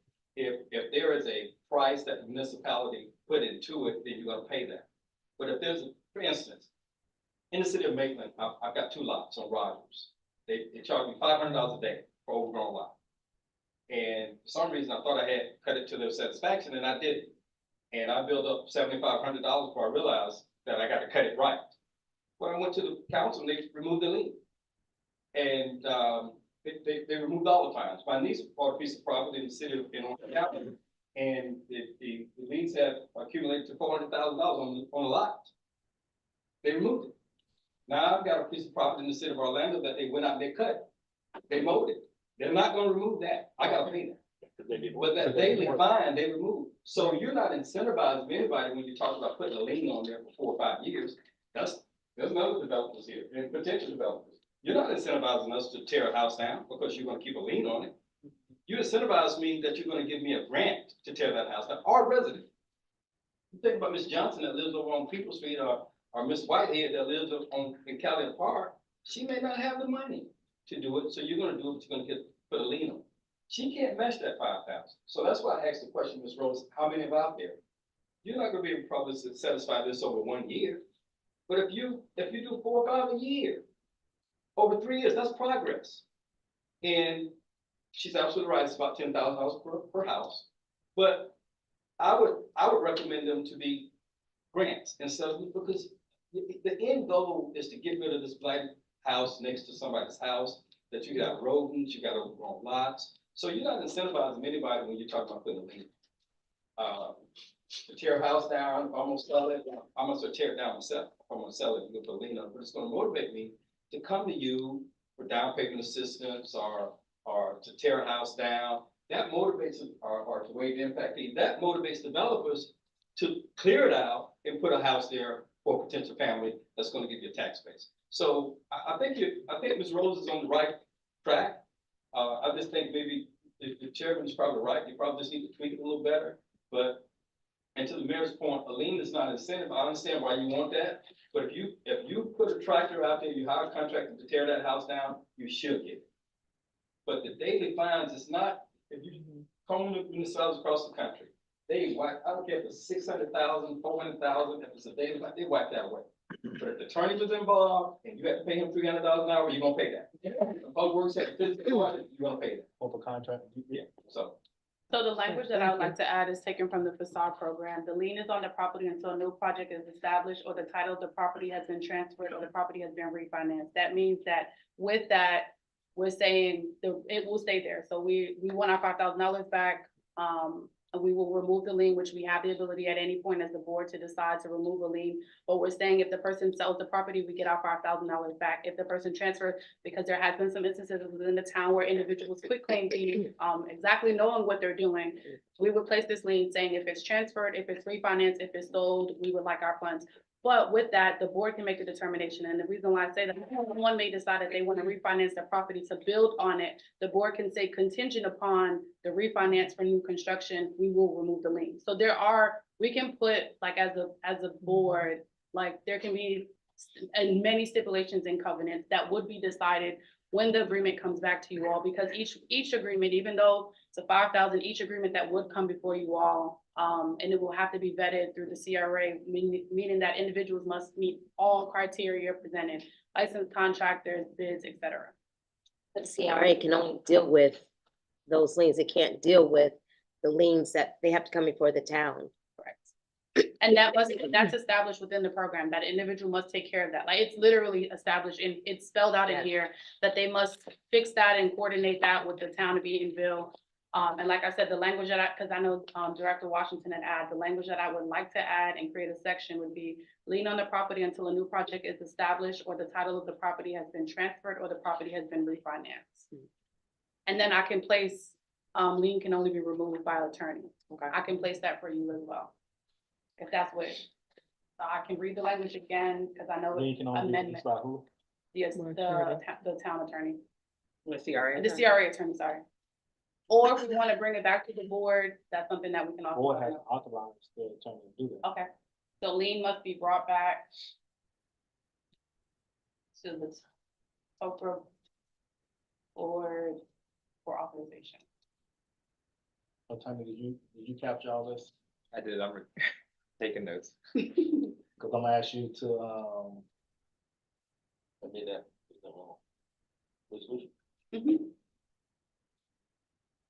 Any other discussion? I have one more question. I don't know if this is, CRA specific or not, but I'm thinking about, because the program details do specify that the site has to be deemed substandard or deteriorated. If a property isn't blighted or isn't on the engineer's list. And I know we're talking about how this program can be a step for assistance for people who, might need it or whatever the case is. If you have a non-deteriorated property that they might want to tear down and rebuild, are we open to offering assistance there, or specifically and only to If the board would like to add an amendment and his resolution says that you all want to see every application that comes in, you guys are more than welcome to do it that way. Ultimately, there are standards for what we would consider, and that's what this laid out, but I can add that in the subsection that says all applications. So you may find yourself daunted because understanding if you don't meet the minimum qualifications to participate, I don't think, and that's my opinion. If you don't meet the minimum qualifications to participate in the program, I don't think we should be moving forward and entertaining. So if the thought and you want to add to it is that the board can review applications that do not meet the criteria, we can add that as well. And the reason that I asked that is a segue into my next question. My second question is there a time frame on the program? Because we noted that there are 10 to 15 properties. Once those 10 to 15 are cleared up, not to say that there won't be some added down the line, but once those 10 to 15 are cleared up, since one of the goals of this program is to provide that assistance to the community, that's why I'm asking, do we at any point in time want to consider properties that might not necessarily be deteriorated? I think that's a Just curious. facade, the facade programs will take care of those, so, and there is an existing, I have not had it, and I'm gonna be real transparent, there is an existing on the website, there is a facade, a housing facade program that does exist that I have not had the opportunity to revisit, so if you have issues and your property is not deemed, I don't even know if you wanna call it inhabitable or not, because inhabitable means that you're not supposed to be in it, but if you have issues that you would like to resolve, there are facade programs for that. Okay. And then as far as the time frame on the program, once the 10 to 15 are no longer there, are we pulling this program completely? Are we leaving it with no funding? Is there any commentary on that? I think we would leave it until, I mean, I think, yeah, and I think that's some of the issues that we're facing, which is why it was earlier discussion that programs exist. What has not been happening is that typically with a budget, you leave stuff on the, even if there isn't a dollar attached, you leave a zero. And that has not happened, which is why I did spend time creating new programs because there are no budget line items. So if there isn't a budget line item, it doesn't exist to me. I don't know where the resolution is.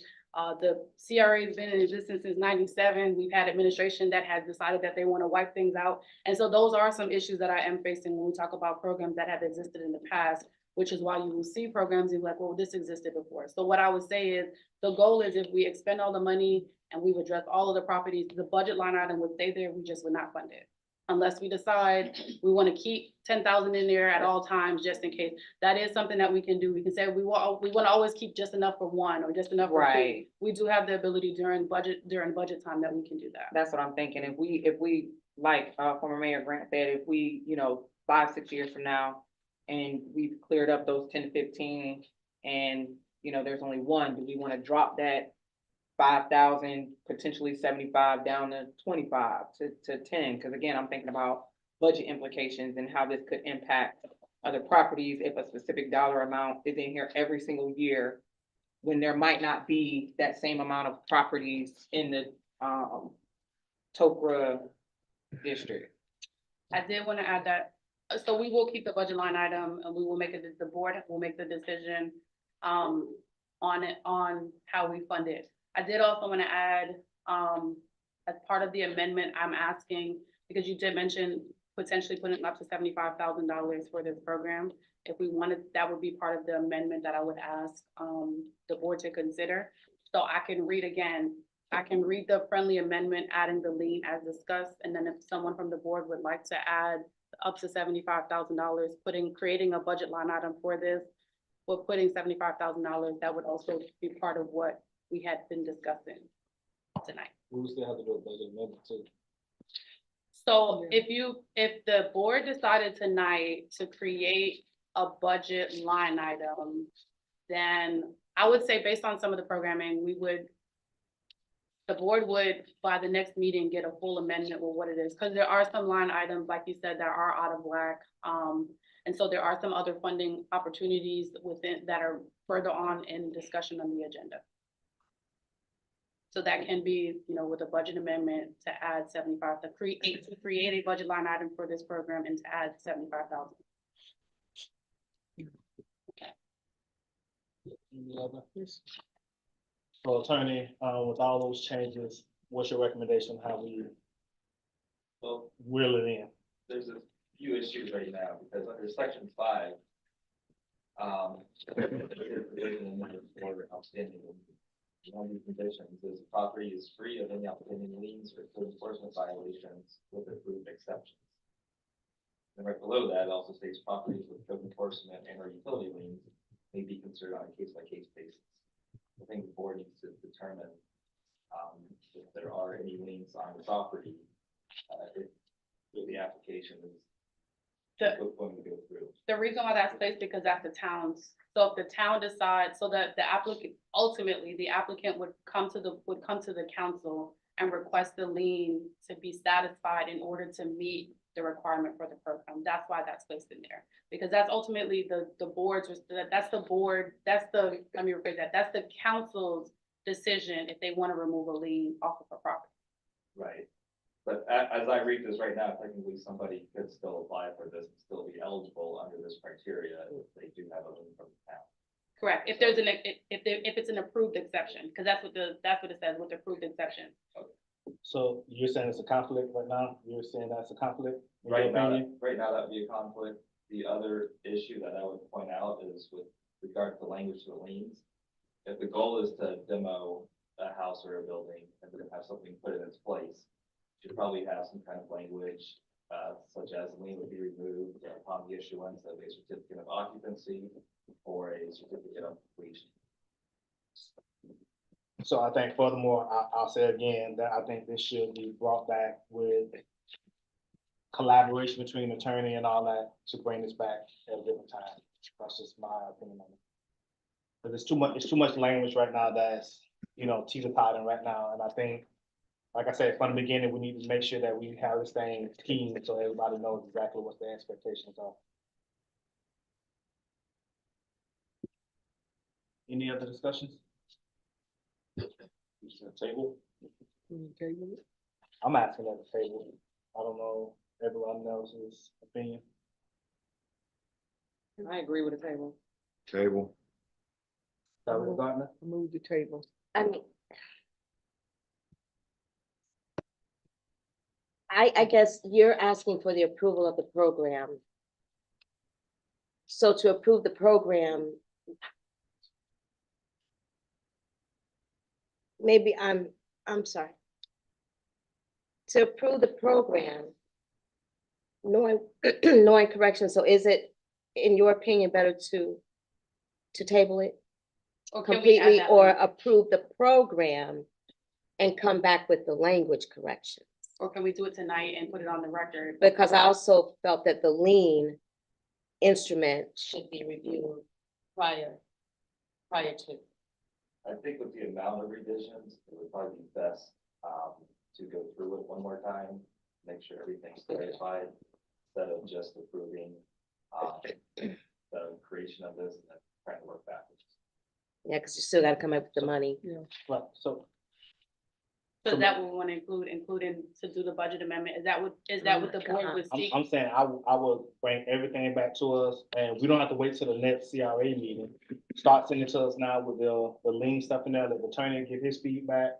And then it's a running red line. So then the time we come back together, we have a working document where everybody's put their input into it and we can go from there. Would you like to see the budget in, that's the question. Would you like me to include a I budget would amendment? include the budget. Okay. You would have turned it tonight, so you won't charge us extra. So, get that fixed. So, is there a motion to rescind your movements and then we can table it? I don't know, who motioned and who seconded. Director Daniels and Director, Vice Chair. I rescind my motion. You rescinded? Yes, yes. So there's a motion to, I like the motion to table resolution CRA R 2024-6. So move. Second. Move the property second, all in favor? Aye. All opposed? Motion passed, table it. Next, we have approval of resolution CRA R 2024-7, approving the transfer of funds in the amount of $300,000 and authorizing the TOCRA executive director to purchase properties throughout the TOCRA to create economic development, preamble. Resolution CRA R 2024-7, a resolution of the town of Eatonville Community Redevelopment Agency, TOCRA, board of directors approving the transfer of funds in the amount of $300,000 and authorizing the TOCRA executive director to purchase property for economic development, providing for conflict, severability, and effective date. Have a motion? So moved. Second, with discussion. Second discussion. Start with Chris. Also, hold on a second.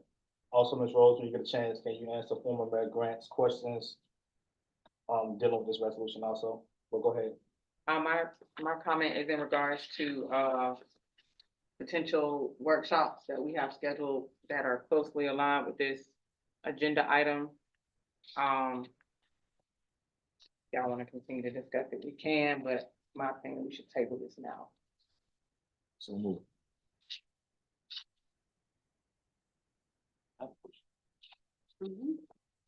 This program, this is not a new program, and this is not the first time that every property that been purchased through CRA, the executive director purchased it.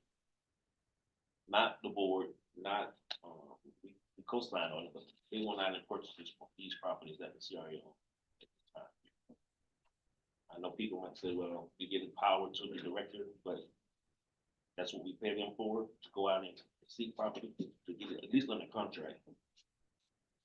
So my thing is that the last two people that we had as a director, they did purchase property.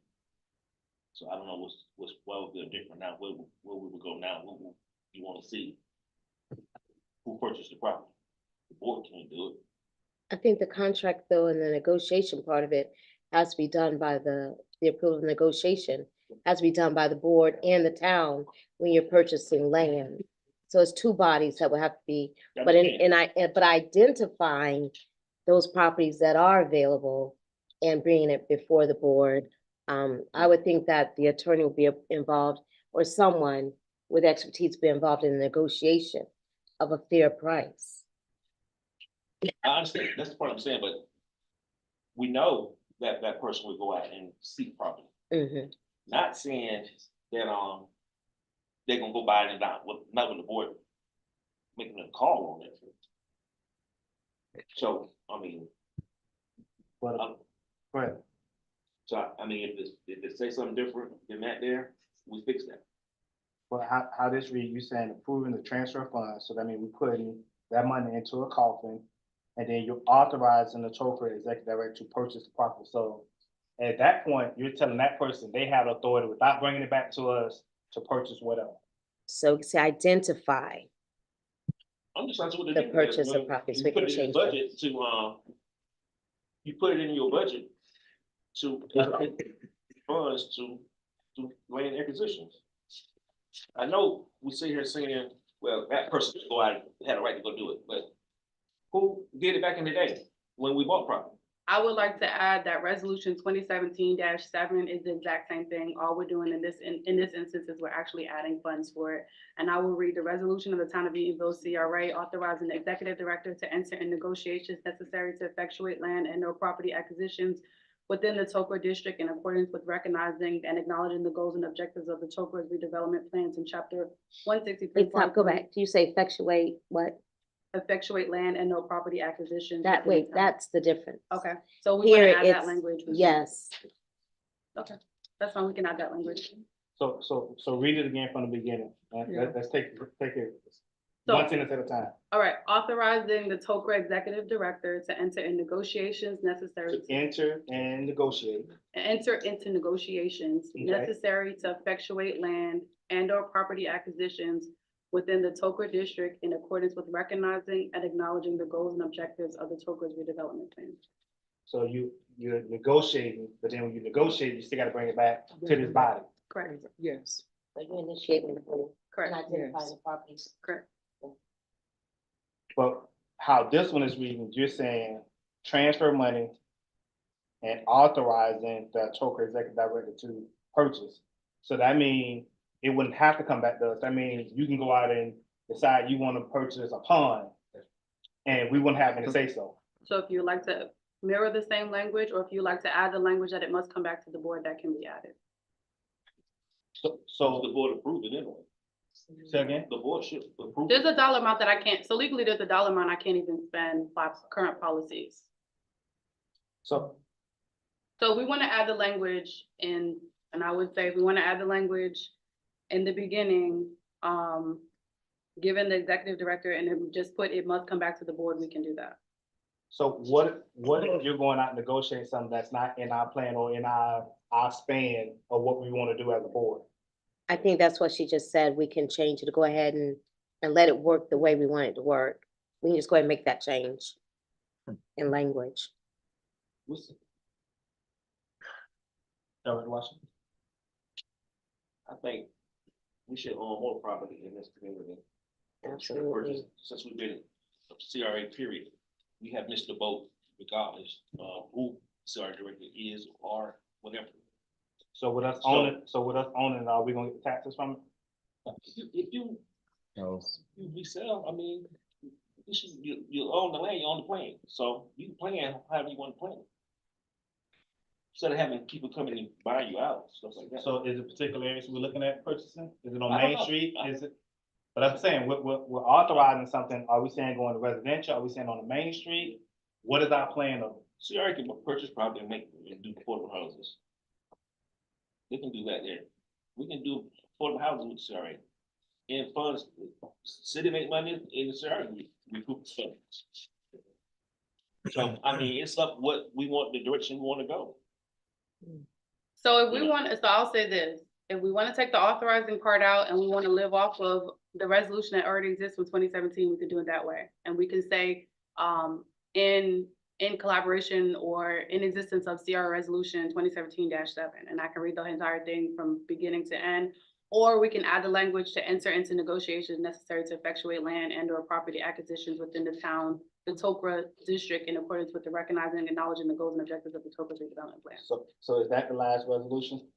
For housing that I was able to find, yes. So is it only for housing? Well, let me rephrase it, for land purchase, sorry. So 2017, and I just want you to read it one more time for my clarity. Authorizing the Tokra executive director to enter into negotiations necessary to effectuate land and or property acquisitions within the Tokra district in accordance with recognizing and acknowledging the goals and objective of Tokra's redevelopment plans. So that resolution, there's no other resolutions, correct? Not to my knowledge. So that resolution still in effect? Correct. But we don't have money. So the goal of tonight, the goal of 2024-7 is to put money. So when the budget, so here's what I would say. I received a budget and it's under capital outlay, there's $0.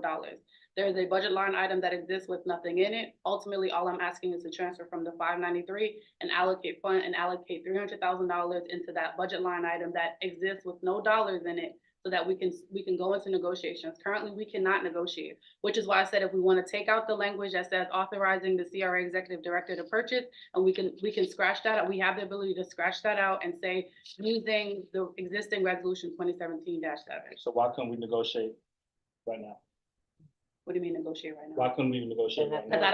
I don't have the funds for it. So But couldn't the funds be switched? You still can negotiate. You still can negotiate without having funds there. I don't Attorney? know. You can, But- it'd be preferable to. Thank you. Have the money in there. Yeah. But that can be switched easy, but we can negotiate As long as without you- having that. Well, as long as you have a mechanism to get that money in there. correct. So the goal of tonight is just to make sure that there's money in it to have the conversation. You can't go to a conversation with no dollars. Absolutely. Then like, that's the goal, is to say we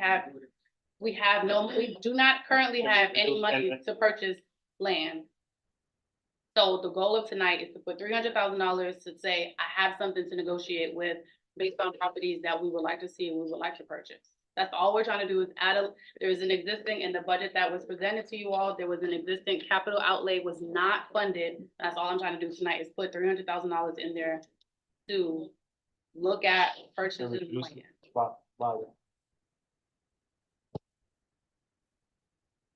Anyone else? I have a comment. Director Creighton? We're in the process of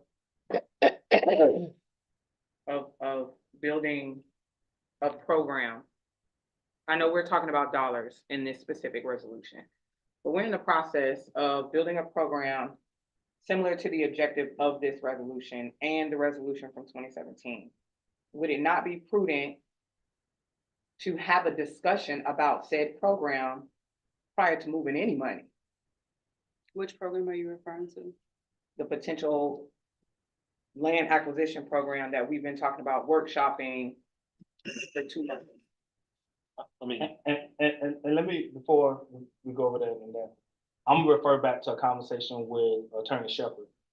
That's just like if you put a job out there, you can post for a job, the money just got to be there when you hire. So when we sign a contract, the money has to be there. We don't currently have it. So there's an But- opportunity, but so here's what I would say.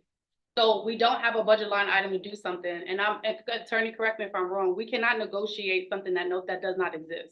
Unless I'm totally wrong, if something isn't in existence, we can't say we're gonna go do this. If- Currently, there is no outlay funds in the budget for us to spend. So if we're putting the cart, in my opinion, an attorney can correct me, we're putting the cart before the horse if there are no funds currently available to purchase. Well, Ms. Rose, I will take that back to resolution earlier that you tried to put out there without having funds there. You want us to go ahead and do something without the funds being there. Isn't that the same thing? I was trying to create a program. I wasn't trying to fund a program. Two different things. Which is essentially back to my comment. Yes, ma'am. If we're about to create a program that allows us to do what these resolutions give us the authority to do, should we not have a discussion at least about the program before we put a dollar amount? That's like saying, I wanna buy a house, but I have no idea how much money I have to spend. Like, no, we should at least talk about what kind of house you're looking for, how many houses you're trying to buy before we put a dollar amount in there. What if the first house or first piece of land that we acquire costs $301,000? Then we still back in the same position where we don't have Enough. what we need to have a quote unquote conversation. Cause it sounds like, and an attorney, you can correct me if I'm wrong, it sounds like a negotiation is a conversation. Unless there's some other legal implications that I'm unaware of. Sounds like I can go to Chair Daniels and say, I wanna buy a house in Eatonville. And not be specific about where the house is in Eatonville or how much I wanna spend on it. We're having a conversation. Is that not what the negotiation is about? Yeah, and you can still say, I would like to buy this contingent on the funding or contingent on getting a bank loan, something like that. Right. With that being said, before anybody else jumps in, with that being said, again, I think that we should table this until we have our conversations in our workshop surrounding this program that we've been saying for 2 to 3 months that we would like to establish. In addition to that, for Ms. Rose, in addition to that, I know you and I had a conversation about personnel being available to the town or to the agency in regards to land acquisition, i.e. a broker, or do we have that in place? The town is going to, in the coming, I would say months, is going to, see a RFQ for a real estate broker. Would that in any way prevent us from? The town or the CRA? I'm The sorry. town, because the CRA can mimic, based on our interlocal agreement, the CRA can then mimic, vendors that the town exists. So if we don't have that personnel in place right now, are we preventing ourselves from actually taking any action? I know we're talking about conversation, but are we preventing ourselves from even going? No, because I can, as the CRA executive director, I can walk to you and say, I'd like to purchase your house, how much are you selling it? I would like to purchase your land, how much are you selling it for? And that's what negotiation is. So if I have something to play with, like if I have some funds to say, this is what I have, these are the expectations, this is what I do and I don't have. So I can negotiate with you and say, how much are you willing to sell your land? Ultimately, you don't have to use a broker for that. It has been done in the past, and there are several times, including some of the condemned properties that are on the list that previous executive directors have done resolutions to go forward and purchase land. Okay, What are we gonna do about it? I'm sorry. Go ahead. no, Go ahead. that was my question, just, is that personnel I know we had that conversation, but is that personnel necessary to move forward with even the conversation? If that's not necessary, then that's good to understand. However, I still revert back to my first statement that before we move any money, we should probably have those conversations to talk about what our end game is. I know the end game in general is land acquisition or, you know, blight and slum, et cetera. However, we've been jaw-jacking about a potential program for 3 months. I'm still asking, I did get a doodle to poll about a potential workshop, but that's just one vote. I'm done. We workshop. The program, the land acquisition program that we've been talking about. We already know what it is. You buy the land, you don't. Not necessarily, there were moving parts to that program we were talking about. We were talking about down payment assistance. We were talking about. You don't want it. That's all it is. You want the land, you don't want the land. Yeah, but that program, else. yeah, but that program that we were talking about, Director Washington, incorporated not just land acquisition, but other parts like down payment assistance and things like that. That's something totally different. Right, but what I'm saying is this resolution plays into that conversation. So before we make one move and that affects one part of that conversation, we should probably have that conversation, which would give us a better idea of whether or not $300,000 is enough to do what this resolution is asking us to do. I think we have a down payment assistance program too. We're doing that. We've done a program, the 2 houses by the tennis court was a down payment assistance. Through the TOPRA? Oh, it was a down payment assistance from somebody's money. But I'm just saying, we have been talking since November about creating a program that incorporated multiple parts, one of which was land acquisition. So before we move on that, is it not prudent to have that conversation and say, hey, we want to do 5 different things with this program, land acquisition is one of them. So before we put all our pennies in the land acquisition basket, shouldn't we have a conversation about the other 4 pieces of that conversation? So you're saying a strategic plan is to be developed of all these funding and programs and look at budgets to get to. In my opinion, Oh, okay. just one vote. It's programs out there that we have used. Right. So, I mean, land acquisitions, pay down system programs, we have done those. We just have to get the literature and find out how it was done. Point blank and simple. I mean, we gonna buy land, you can help people assist with their house.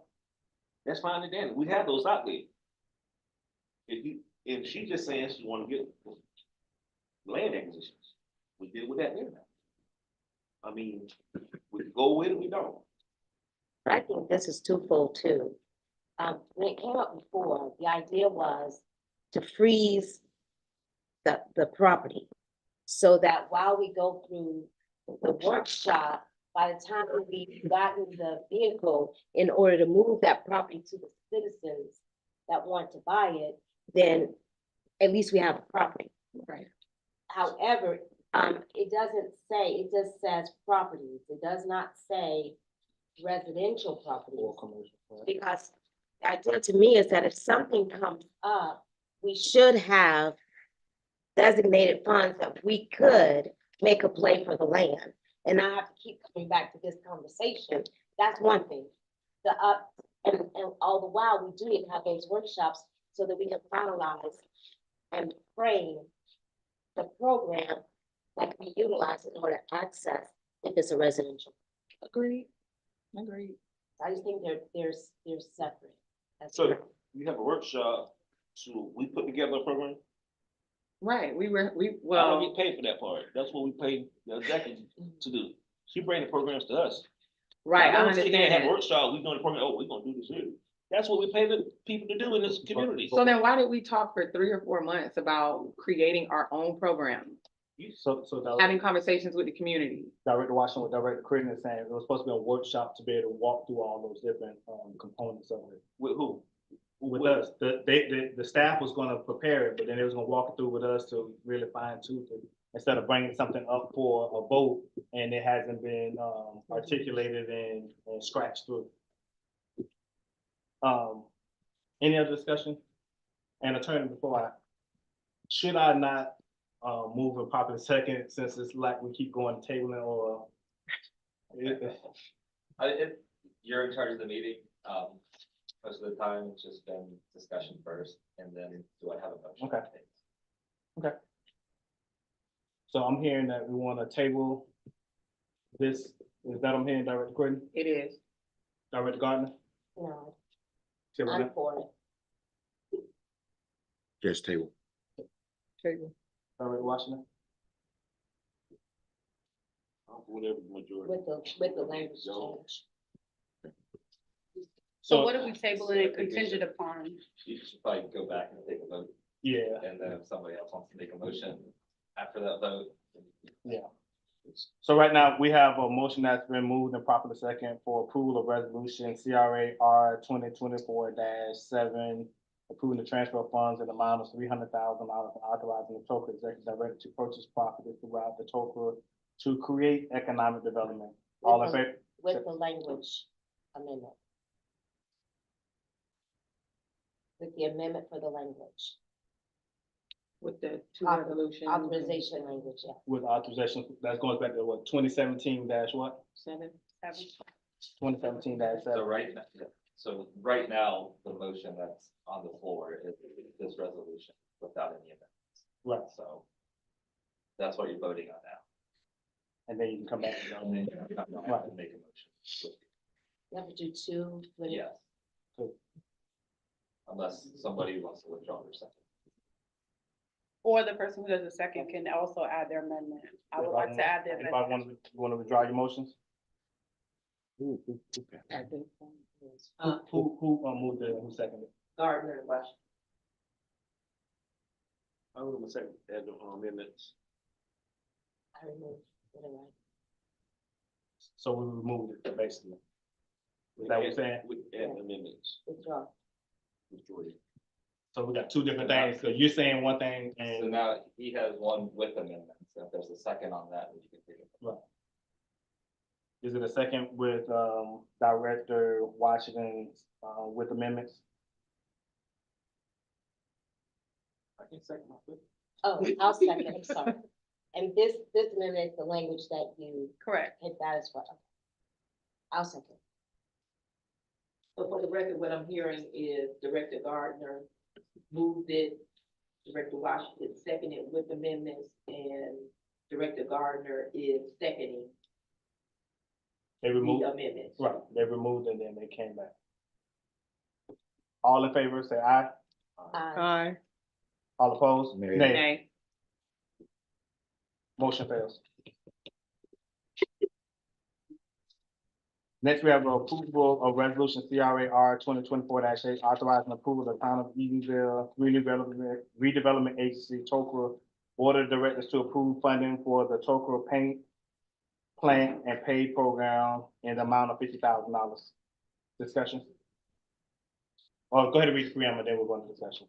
Resolution CR A-R 2024-8, a resolution of the board of directors of the town of Edenville Community Redevelopment Agency, Tokra, Edenville, Florida, board of directors approving funding for the Tokra paint, plant, aid program, providing for conflict severability and effective date.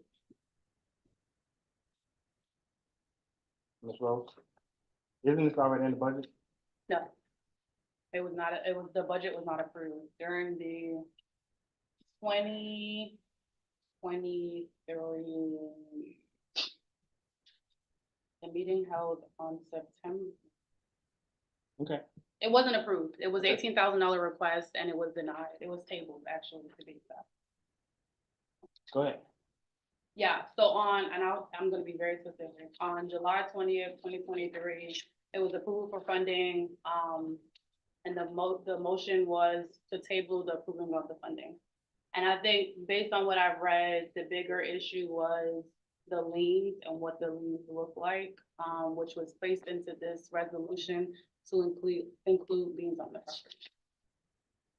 So what happened, we approved the program, Correct, but no funds. Correct. We didn't approve the funds. correct. So Okay. the program was previously approved. Approved, yeah. And then during the July meeting, it was brought before the board and the board table putting funding. From what I read, it was based on some lead issues which have been addressed in the current resolution that is before you all. So the program as it's outlined in the description is the specific program that we discussed that we wanted back in July. Because if I'm not mistaken, there was some conversation about a time limit or a timeframe on how often an applicant could apply. If I'm not mistaken, there was some conversation about if you had, I remember vaguely. yeah, if you were granted, if your application was chosen within the last 5 years or so, no double dipping, basically giving more of an opportunity to the rest of the constituents, the rest of the resident. And I didn't specifically see that in there. I know you and I had a conversation about that, but That was not in the minutes. So based on the minutes, that was to address liens, shared funding, and inconsistency in the budget. That's all that was spelled out in the minutes. And so those were. from addressed. July, Yes, and so those were addressed on section 5 that talks about the amortizing of the lien. do you have it in any other meetings at all? Cause I'm almost 100% sure it was Director Daniels that had mentioned the whole second dip. If we want to add the language, we can, and we can put a time frame on what most programs call as graduation, where you cannot come back and you cannot apply within a certain amount of time. Okay. That's something that the board can decide. How many projects would this cover altogether? It's up to $5,000, and so the request is for 50,000, so it'd be up to 100 homes could be assisted. 100 homes? Up to 10. Oh, sorry, up to 10, sorry.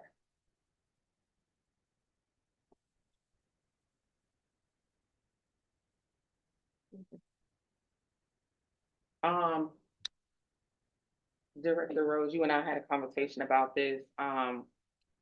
If it's possible to spell out in the program or the description of the program, personnel who might be or not be eligible, like if you are a director, if you're eligible for this program since we are residents, or if you're administration or staff, if you are eligible or excluded from this program, is it possible? I don't know if you have to talk with legal about that, but is it possible to have that in here as well? If the board decides that we want to add language that prohibits board directors and council members from applying, that's totally up to the board.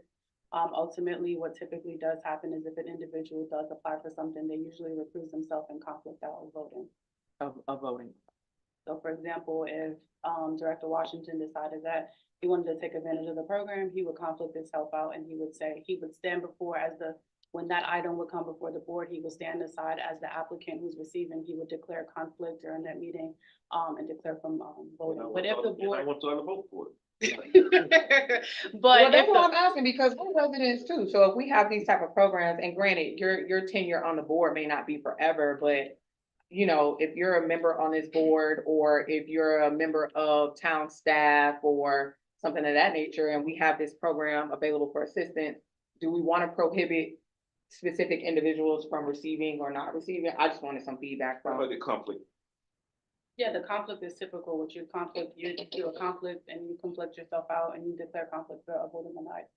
But again, if the board wants to put language that prohibits the board from applying for the application, that's something. If we want to put we want to go into program specification in section 6, and we want to place that the no applicant can apply for up to how many every years you all decide, we can add that additional language while we sit here today. You don't think that's kind of inherent conflict since we authorize the budget and all that kind of stuff anyway? You asking me specifically, or you asking the I'm regular? saying- That's a legal question. Yeah, it's normally not included, it's just sort of implied that it could be helpful. Correct. Yeah. Any other discussion? So does the board want to add the language under section 6 that no applicant can apply and put a time frame? I guess 5 years after amortizing, or you all can decide. 4 years after the lien has been released, you all can decide in a year or not, if that's what you all would like to add. Isn't it normally 3 to 5 years or something? That's what I'm asking. If we want to put spell it out, because in like the facade program, it was spelled out. You can't come back for a certain amount of years. So we want to spell it out and say, no applicant can come back, no applicant can receive further funding for up to 3 years after. And I guess we could say after the lien has been released. So the lien will be on the property for 4 years. So if we want to say 7 years, because that's ultimately the time frame.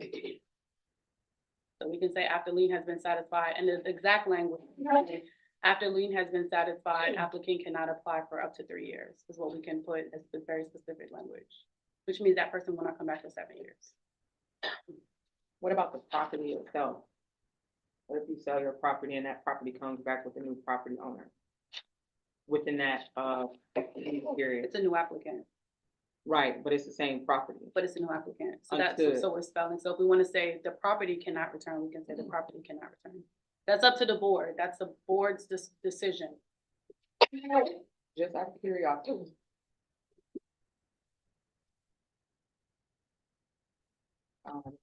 Any other discussion? Anyone asking or amend anything? Other than the graduate period?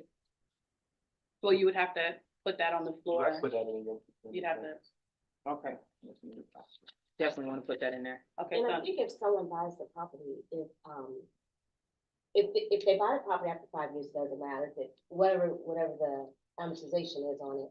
But if they buy it, say within a year, then the prior owners would have had to pay off the remaining amount. correct, we would get So our it money should back. affect the Yeah, new we get our money buyers back. anyway. So it shouldn't follow the land, it should follow the applicant. Okay, thank you. So do we have a motion to approve of resolution CRA 2024-8? So Been Second moved. with amendment, Second amendment, go ahead, Cree. I'm just amending, did you say section 6? Mhm. To incorporate, a graduation period on the applicant. Okay, so and I'll read the language, so we put it on the record. The applicant cannot apply for the program for up to 3 years after the lien has been released. Is everyone okay with that language? Wait, can you repeat that? The applicant cannot apply for the program for up to 3 years after the lien has been released. that means 8 years maybe. The total will be Four, seven, right? seven, so the lien is It's for for 4 4, years, and then we okay. add an additional, if we wanna say 2. This is your motion on the floor, this is your amendment on the floor right now. 7 is fine with me. Okay. Unless someone else has some feedback on that 7-year graduation period. That seems long, depending on For who it $5,000? because So do we just wanna say the lien and leave it alone at that? 'Cause if Instead of if- after the lien? No, so just leave it as written, so they can't come back until after the lien has been released. If we wanna do it that way, that means they can't come back to us for 4 years, or we can do up to 1, if we wanna say the number is 5 years, we can do up to 1 year after the lien has been released, so that means an applicant cannot come back for 5 years. Does that sound more realistic? I mean, it's just $5,000. Okay, so we can do up to 1 year, are you okay with that? Yes, I Okay, am, so up thank to, you. so I'll read it one more time for the record. And it's going in the it's going in section 6, the applicant cannot apply for the program up to 1 year after the lien has been released. Ultimately, that totals 5 years, 4 years with the lien and 1 year after. Are we okay with that Yes, language? I am. Attorney, I would just make one recommendation, and Uh-huh. the applicant cannot apply for the program within 1 year after the lien. okay, so within 1 year instead of up to, just put within 1 year after the lien has been released, okay. So it has been moved and properly second. All in favor, say aye. Aye. All opposed?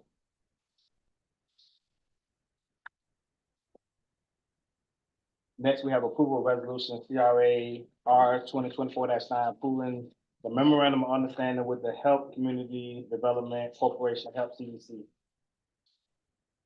Resolution CRA -R-2024-9, a resolution of the Board of Directors of the Town of Eatonville Community Redevelopment Agency approving the memorandum of understanding with the Help Community Development Corporation, Help CDC, provided for conflict, severability, and effectiveness. Discussion. The MOU is the language that's within, ultimately, it's been done in the past, and do we wanna put a motion on the floor first with the discussion? No, go ahead with the discussion. It's been done in the past where there were other organizations that the town just went into an understanding and it's spelled out that we're just identifying that they're a housing program and we're willing to collaborate them for our housing initiatives within the town. Or within TOCA, alright, So basically, it's not an MOU, it's just a resolution there. correct.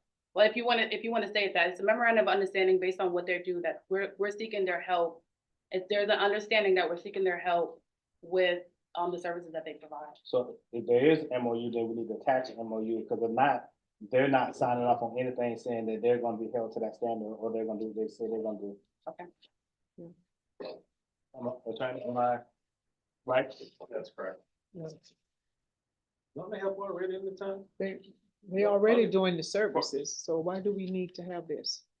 Because there are most organizations partner with housing to move forward with specific housing projects. So for example, Kansas Central Florida had an MOU with the city of Orlando for the Paramore Home Buyers Program. And when the Paramore Home Buyers Program, it was a specific program because Help CDC does not only deal with Eatonville residents. So ultimately, we're going into an understanding about seeking their services as we're looking to build houses and build home ownership opportunity. It gives us the opportunity to tell Help CDC, hey, this is what we're looking to do. We need your help in getting Eatonville residents ready to buy a home. That's ultimately what the goal was for this item. So. So does that limit any other agency that may come into the town that may be doing the same or similar services? No, it does not. We can go into the same agreement with them. And ultimately, the Orange County just had their housing counseling services. Some of the organizations have just changed. Help CDC was one that had been selected by Orange County. So basically we're doing something similar to saying that we're going into a collaboration with them. The goal is to reach out to the other agencies to see if they would like to provide their services to us as well. So basically on this, you're gonna bring us back to MOU then. That's fine. So everybody cool with us tabling this till next time and bringing back the MOU and we can go forth on that. Yeah, I am. Table. Any objection? So we're table number 9.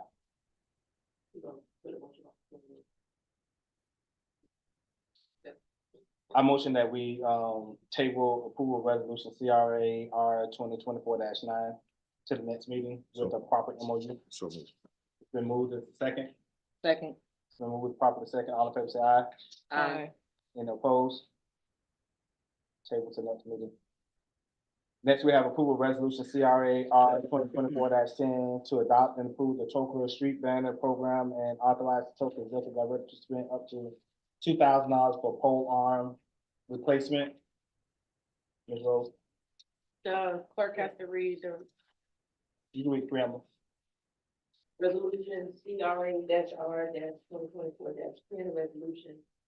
The Board of Directors of the Town of Eatonville Community Redevelopment Agency, TOCLA, Eatonville, Florida, Board of Directors adopting and approving a Tokyo Street Banner Program, authorizing the Tokyo Executive Director to spend up to $2,000 for pole arm replacement, providing for conflict, severability, and an effective date. ultimately, most downtowns that you go to have flags that are telling visitors and guests and residents about upcoming programs and events that are taking place. The goal of this is to create an opportunity for us to capture the labor costs and to actually let individuals know that there's an opportunity for them to advertise the program. So for example, if a church was having a community fair, the church could purchase the pole banners and they can place and say, hey, we're having a community fair on this date, and let people know about it. This is not used as a tool of advertising businesses because that is conflict with the billboard. But this is ultimately only promoting events and programs that exist within the town of Eatonville. Who's gonna put the flags up? So currently the flags are being done by the Public Works Department. So that's a fee associated with that. Who's Correct. gonna pay for that to happen for someone else? That- So say, just say it was ABC company that's doing whatever. Who's gonna cover the cost of those flags going up? That's what the fee is for. They're paying to put it up. So it's spelled out that it's $25 per pole. So if an entity is coming and they're saying, I'd like to advertise my event on my program, they would go into contract, we would review it, ensure that it meets, that they're not advertising and saying, come to my barbecue spot, where they're saying, I'm having a community fair on this date, and they're letting individuals know who come through the town about the event. The agreement would be with Public Works because that's who's currently doing it, putting up the flags, and they would invoice us for the work that's being done. And how many poles do we have right now? Currently, there's 27 poles on each side, a total of 54. The way the program is structured, an individual can do an application to do all of them, or they can do one side, the east side versus the west side. Currently, so this is not a maintenance, so the request for the pole arms is not a maintenance. We are proposing, the CRA is proposing to do something additional to what's already doing. So we're enhancing the viability of events and we're helping to assist with success of any events or programs that exist in the town. So the purpose of the up to $2,000 is to purchase the pole arms because currently there are inconsistencies with the pole arms. So we are not maintaining it. We are paying to start to be able to move forward with this program. And so ultimately, you'll make the decision, that's what you're saying, on who gets up there advertising, the first come, first serve. It's a first come, first served basis. A person can choose a minimum of 4 weeks with a maximum of 12 weeks. Minus December and January, because those are currently being used to advertise. So ultimately, the program would only be February to November, because December it's used to advertise our Christmas activities, and then January is currently being used to advertise Zora as well as MLK.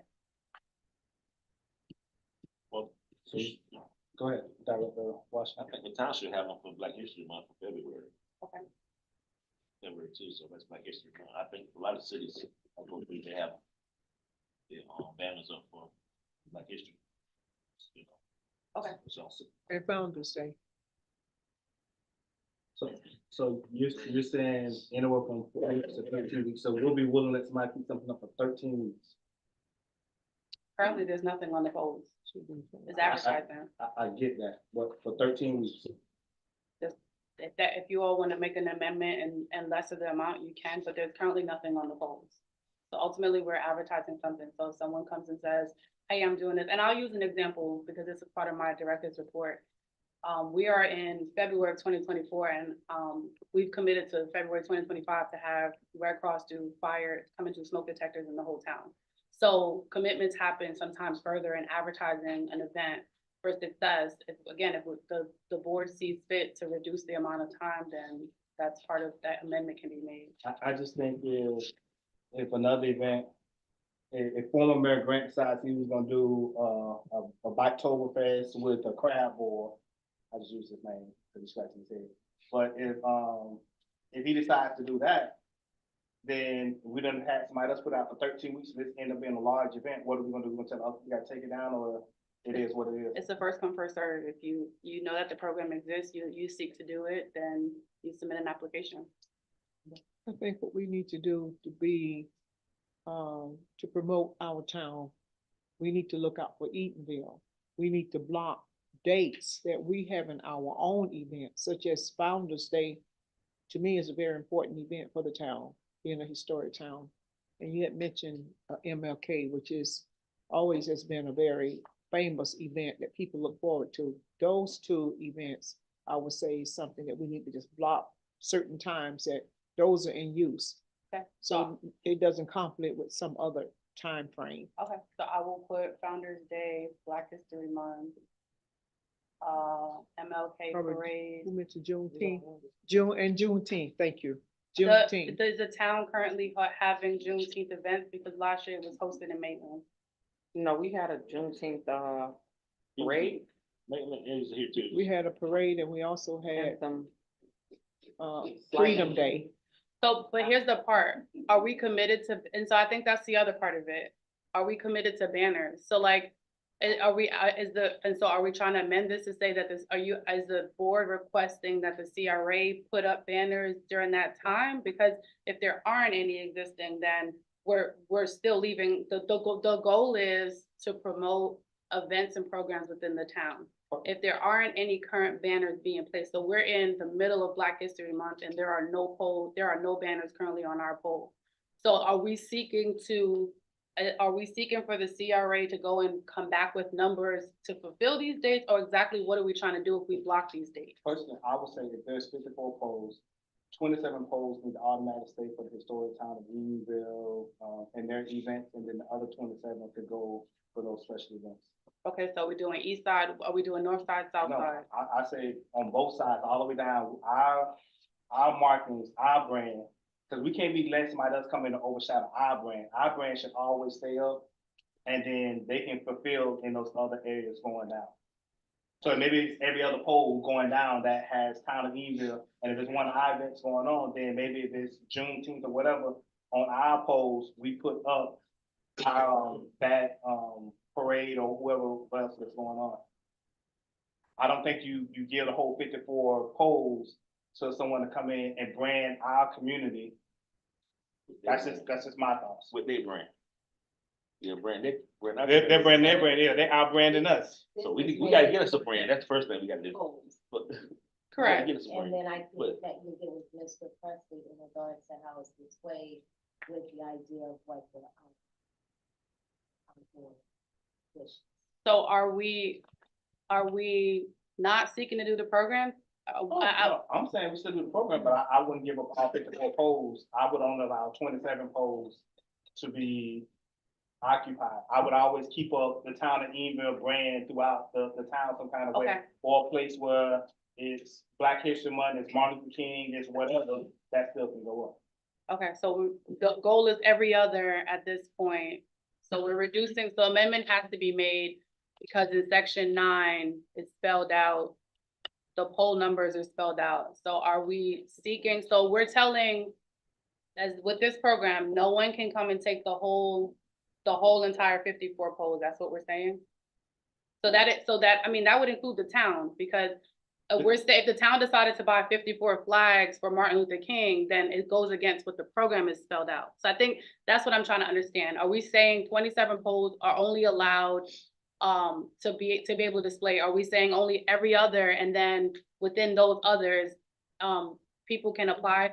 And I will say this, you will not drive through any other town and you will see every other or mixed match. It's always one consistent, and I'll give an example. Downtown Atlanta just had the Olympics and they flagged the whole thing. During July 4th, they go and they flag the whole thing. So I think that's something, when we're talking about consistency, what our town looks like, I think what this does is gives an opportunity for an expansion of the event to be able to bring people. So I think events need to be supported, and that's the goal of this, to support events that are taking place within our town, to support the programs that are taking place in our town. The city of Orlando allowed them to do it for 13 weeks. Yes, this is actually mirrored from the city of Orlando. It was 13 weeks. This is mirrored, this program is actually mirrored from 2 different municipalities, City of Orlando as well as Cape Coral, which the mayor and I had a discussion when it first started, because it still said Cape Coral at the bottom of the actual application. So that these are spelled exactly the way others are doing. Again, if we want to change that and we want to say only up to 4 weeks, that could be a thing. And how many thoroughways in those communities do they have? We only have one. I mean, We only have Kennedy. every other municipality only does it on their main thoroughfares in their downtown district. And we could drive right to Winter Park and Maitland, downtown Orlando, their main thoroughfares is where they put flags, and they put consistent flags, again, from top to bottom. And I know because I counted polls, that was part of a program that I did when I was at the City of Orlando. We counted every single poll, we needed new arms, et cetera. That was something that was done under the CRA. I just wanted us to think about, if you're gonna say every other, I'm okay with saying 20, go ahead. Because part of this conversation, you're gonna need the approval of the town.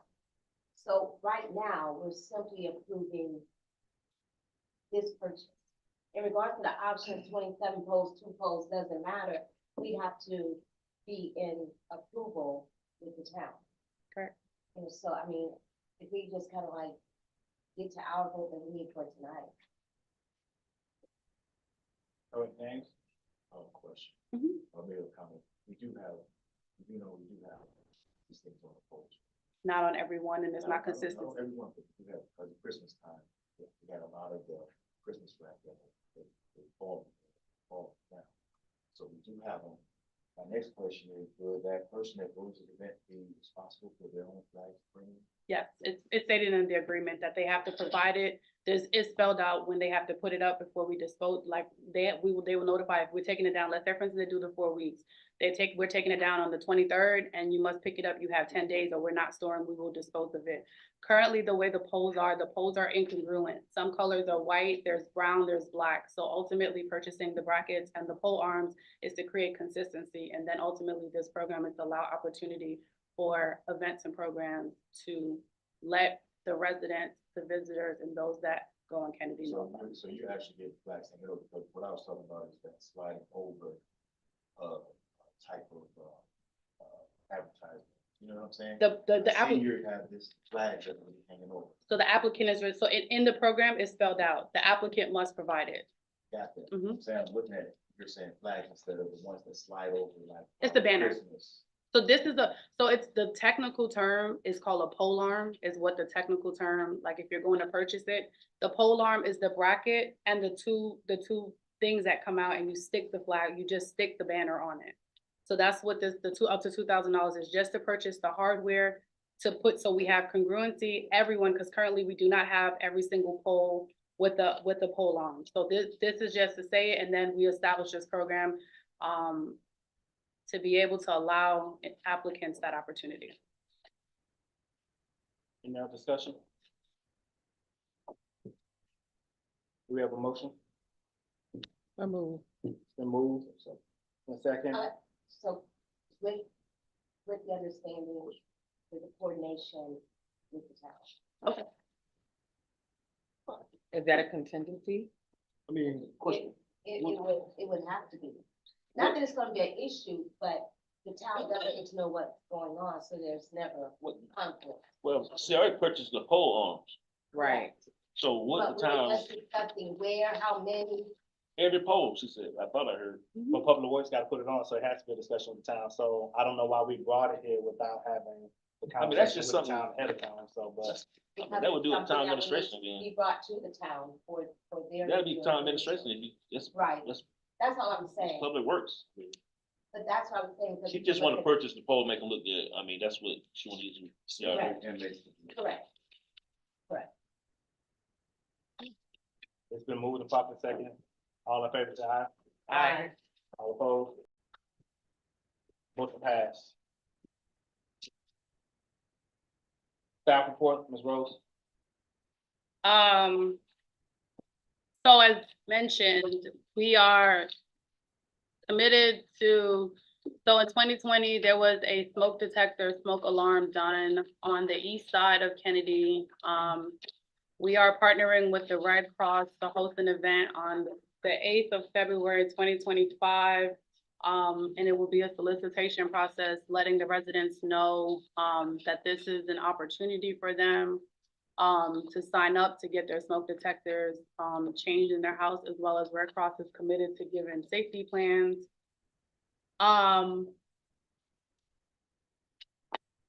Currently, there are farmers market discussions that are being had, within the next, hopefully within the next 2 months. It will be brought before the board, to solidify what that looks like. It has been, from my understanding, it has been discussed, the opportunity, for having a farmer's market, but it will take negotiations between several entities, including the town, as well as surrounding, properties where we would want to park. As you all know, we are currently in the, I would say, we are on the short list for the Black History Museum. The CRA is included in that because there is the unknown of where the land stands currently. So the CRA is actively involved in that process.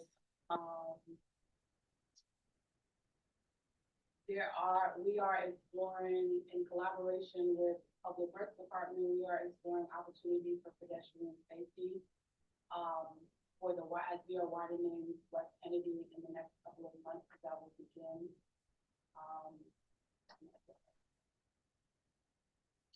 Attorney.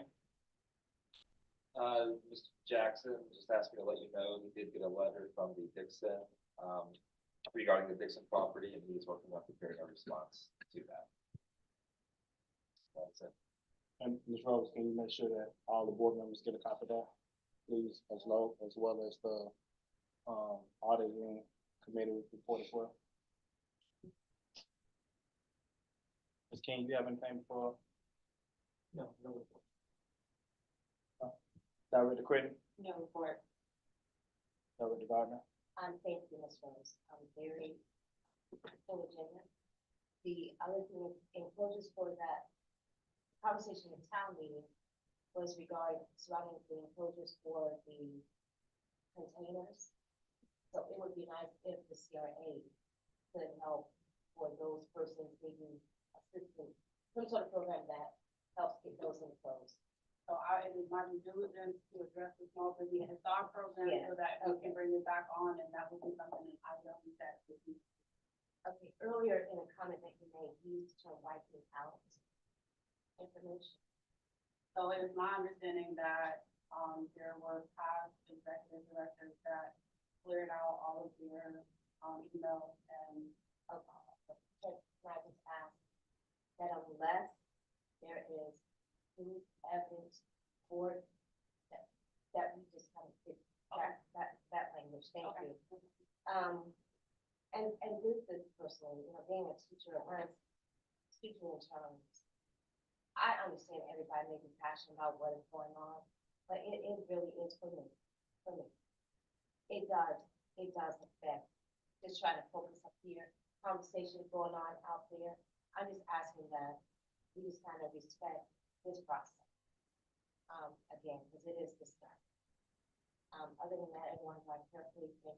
I like names, yes, road visit wiping out, you can't say the race, so let's find out what happened to whatever you were looking for. You can't say wipe out, then let's get to the bottom of it, find out what happened. Like, you can't get that information, that's my report. Director Washington?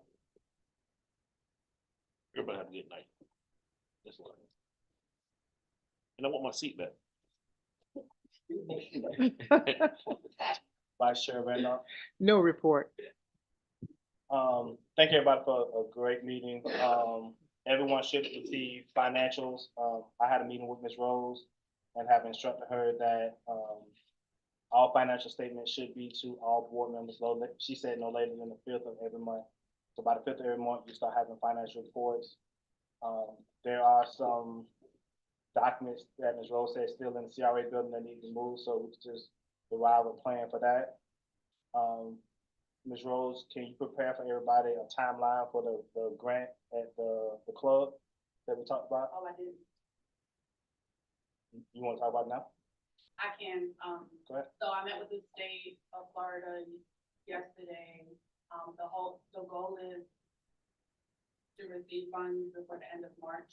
We have to provide an updated project timeline, an updated budget, obviously, with inflation, prices have changed, so, I submitted an extension today, because the grant has to be legally extended by the state of Florida, so I submitted an extension today. We're gonna provide a contract for an engineer and architect, a revised budget, a project timeline, and an invoice for the first $250,000. It was expressed in a previous meeting about liens, according to the way the grant is written, the property owner cannot sell for 10 years. And what we intend to do is, as we get each, because the money is placed in four different phases, so it's 250, 250, 250, 250. The goal is to place a lien on the property as we get each 250 from the state of Florida to ensure we are protecting the town if the property owner decides to sell in the property.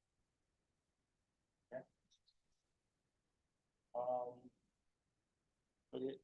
Like I said, everyone will be receiving from Ms. Rose, copy of the audit thing, the, Dixon property. Former Mayor Grant, I will get that information to you. I do not know the answer, so I can speculate on it. You asked about the schedule, who to take the schedule for the CRA executive director. I will find that information and send it over to you. If there's nothing else, But there was one more.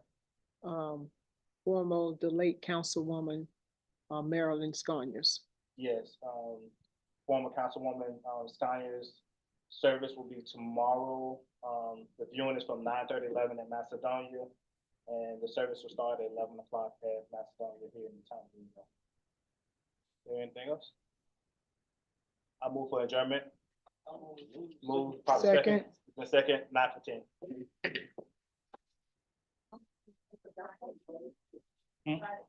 Friday, Had moved to tomorrow. Georgia. Yeah. She had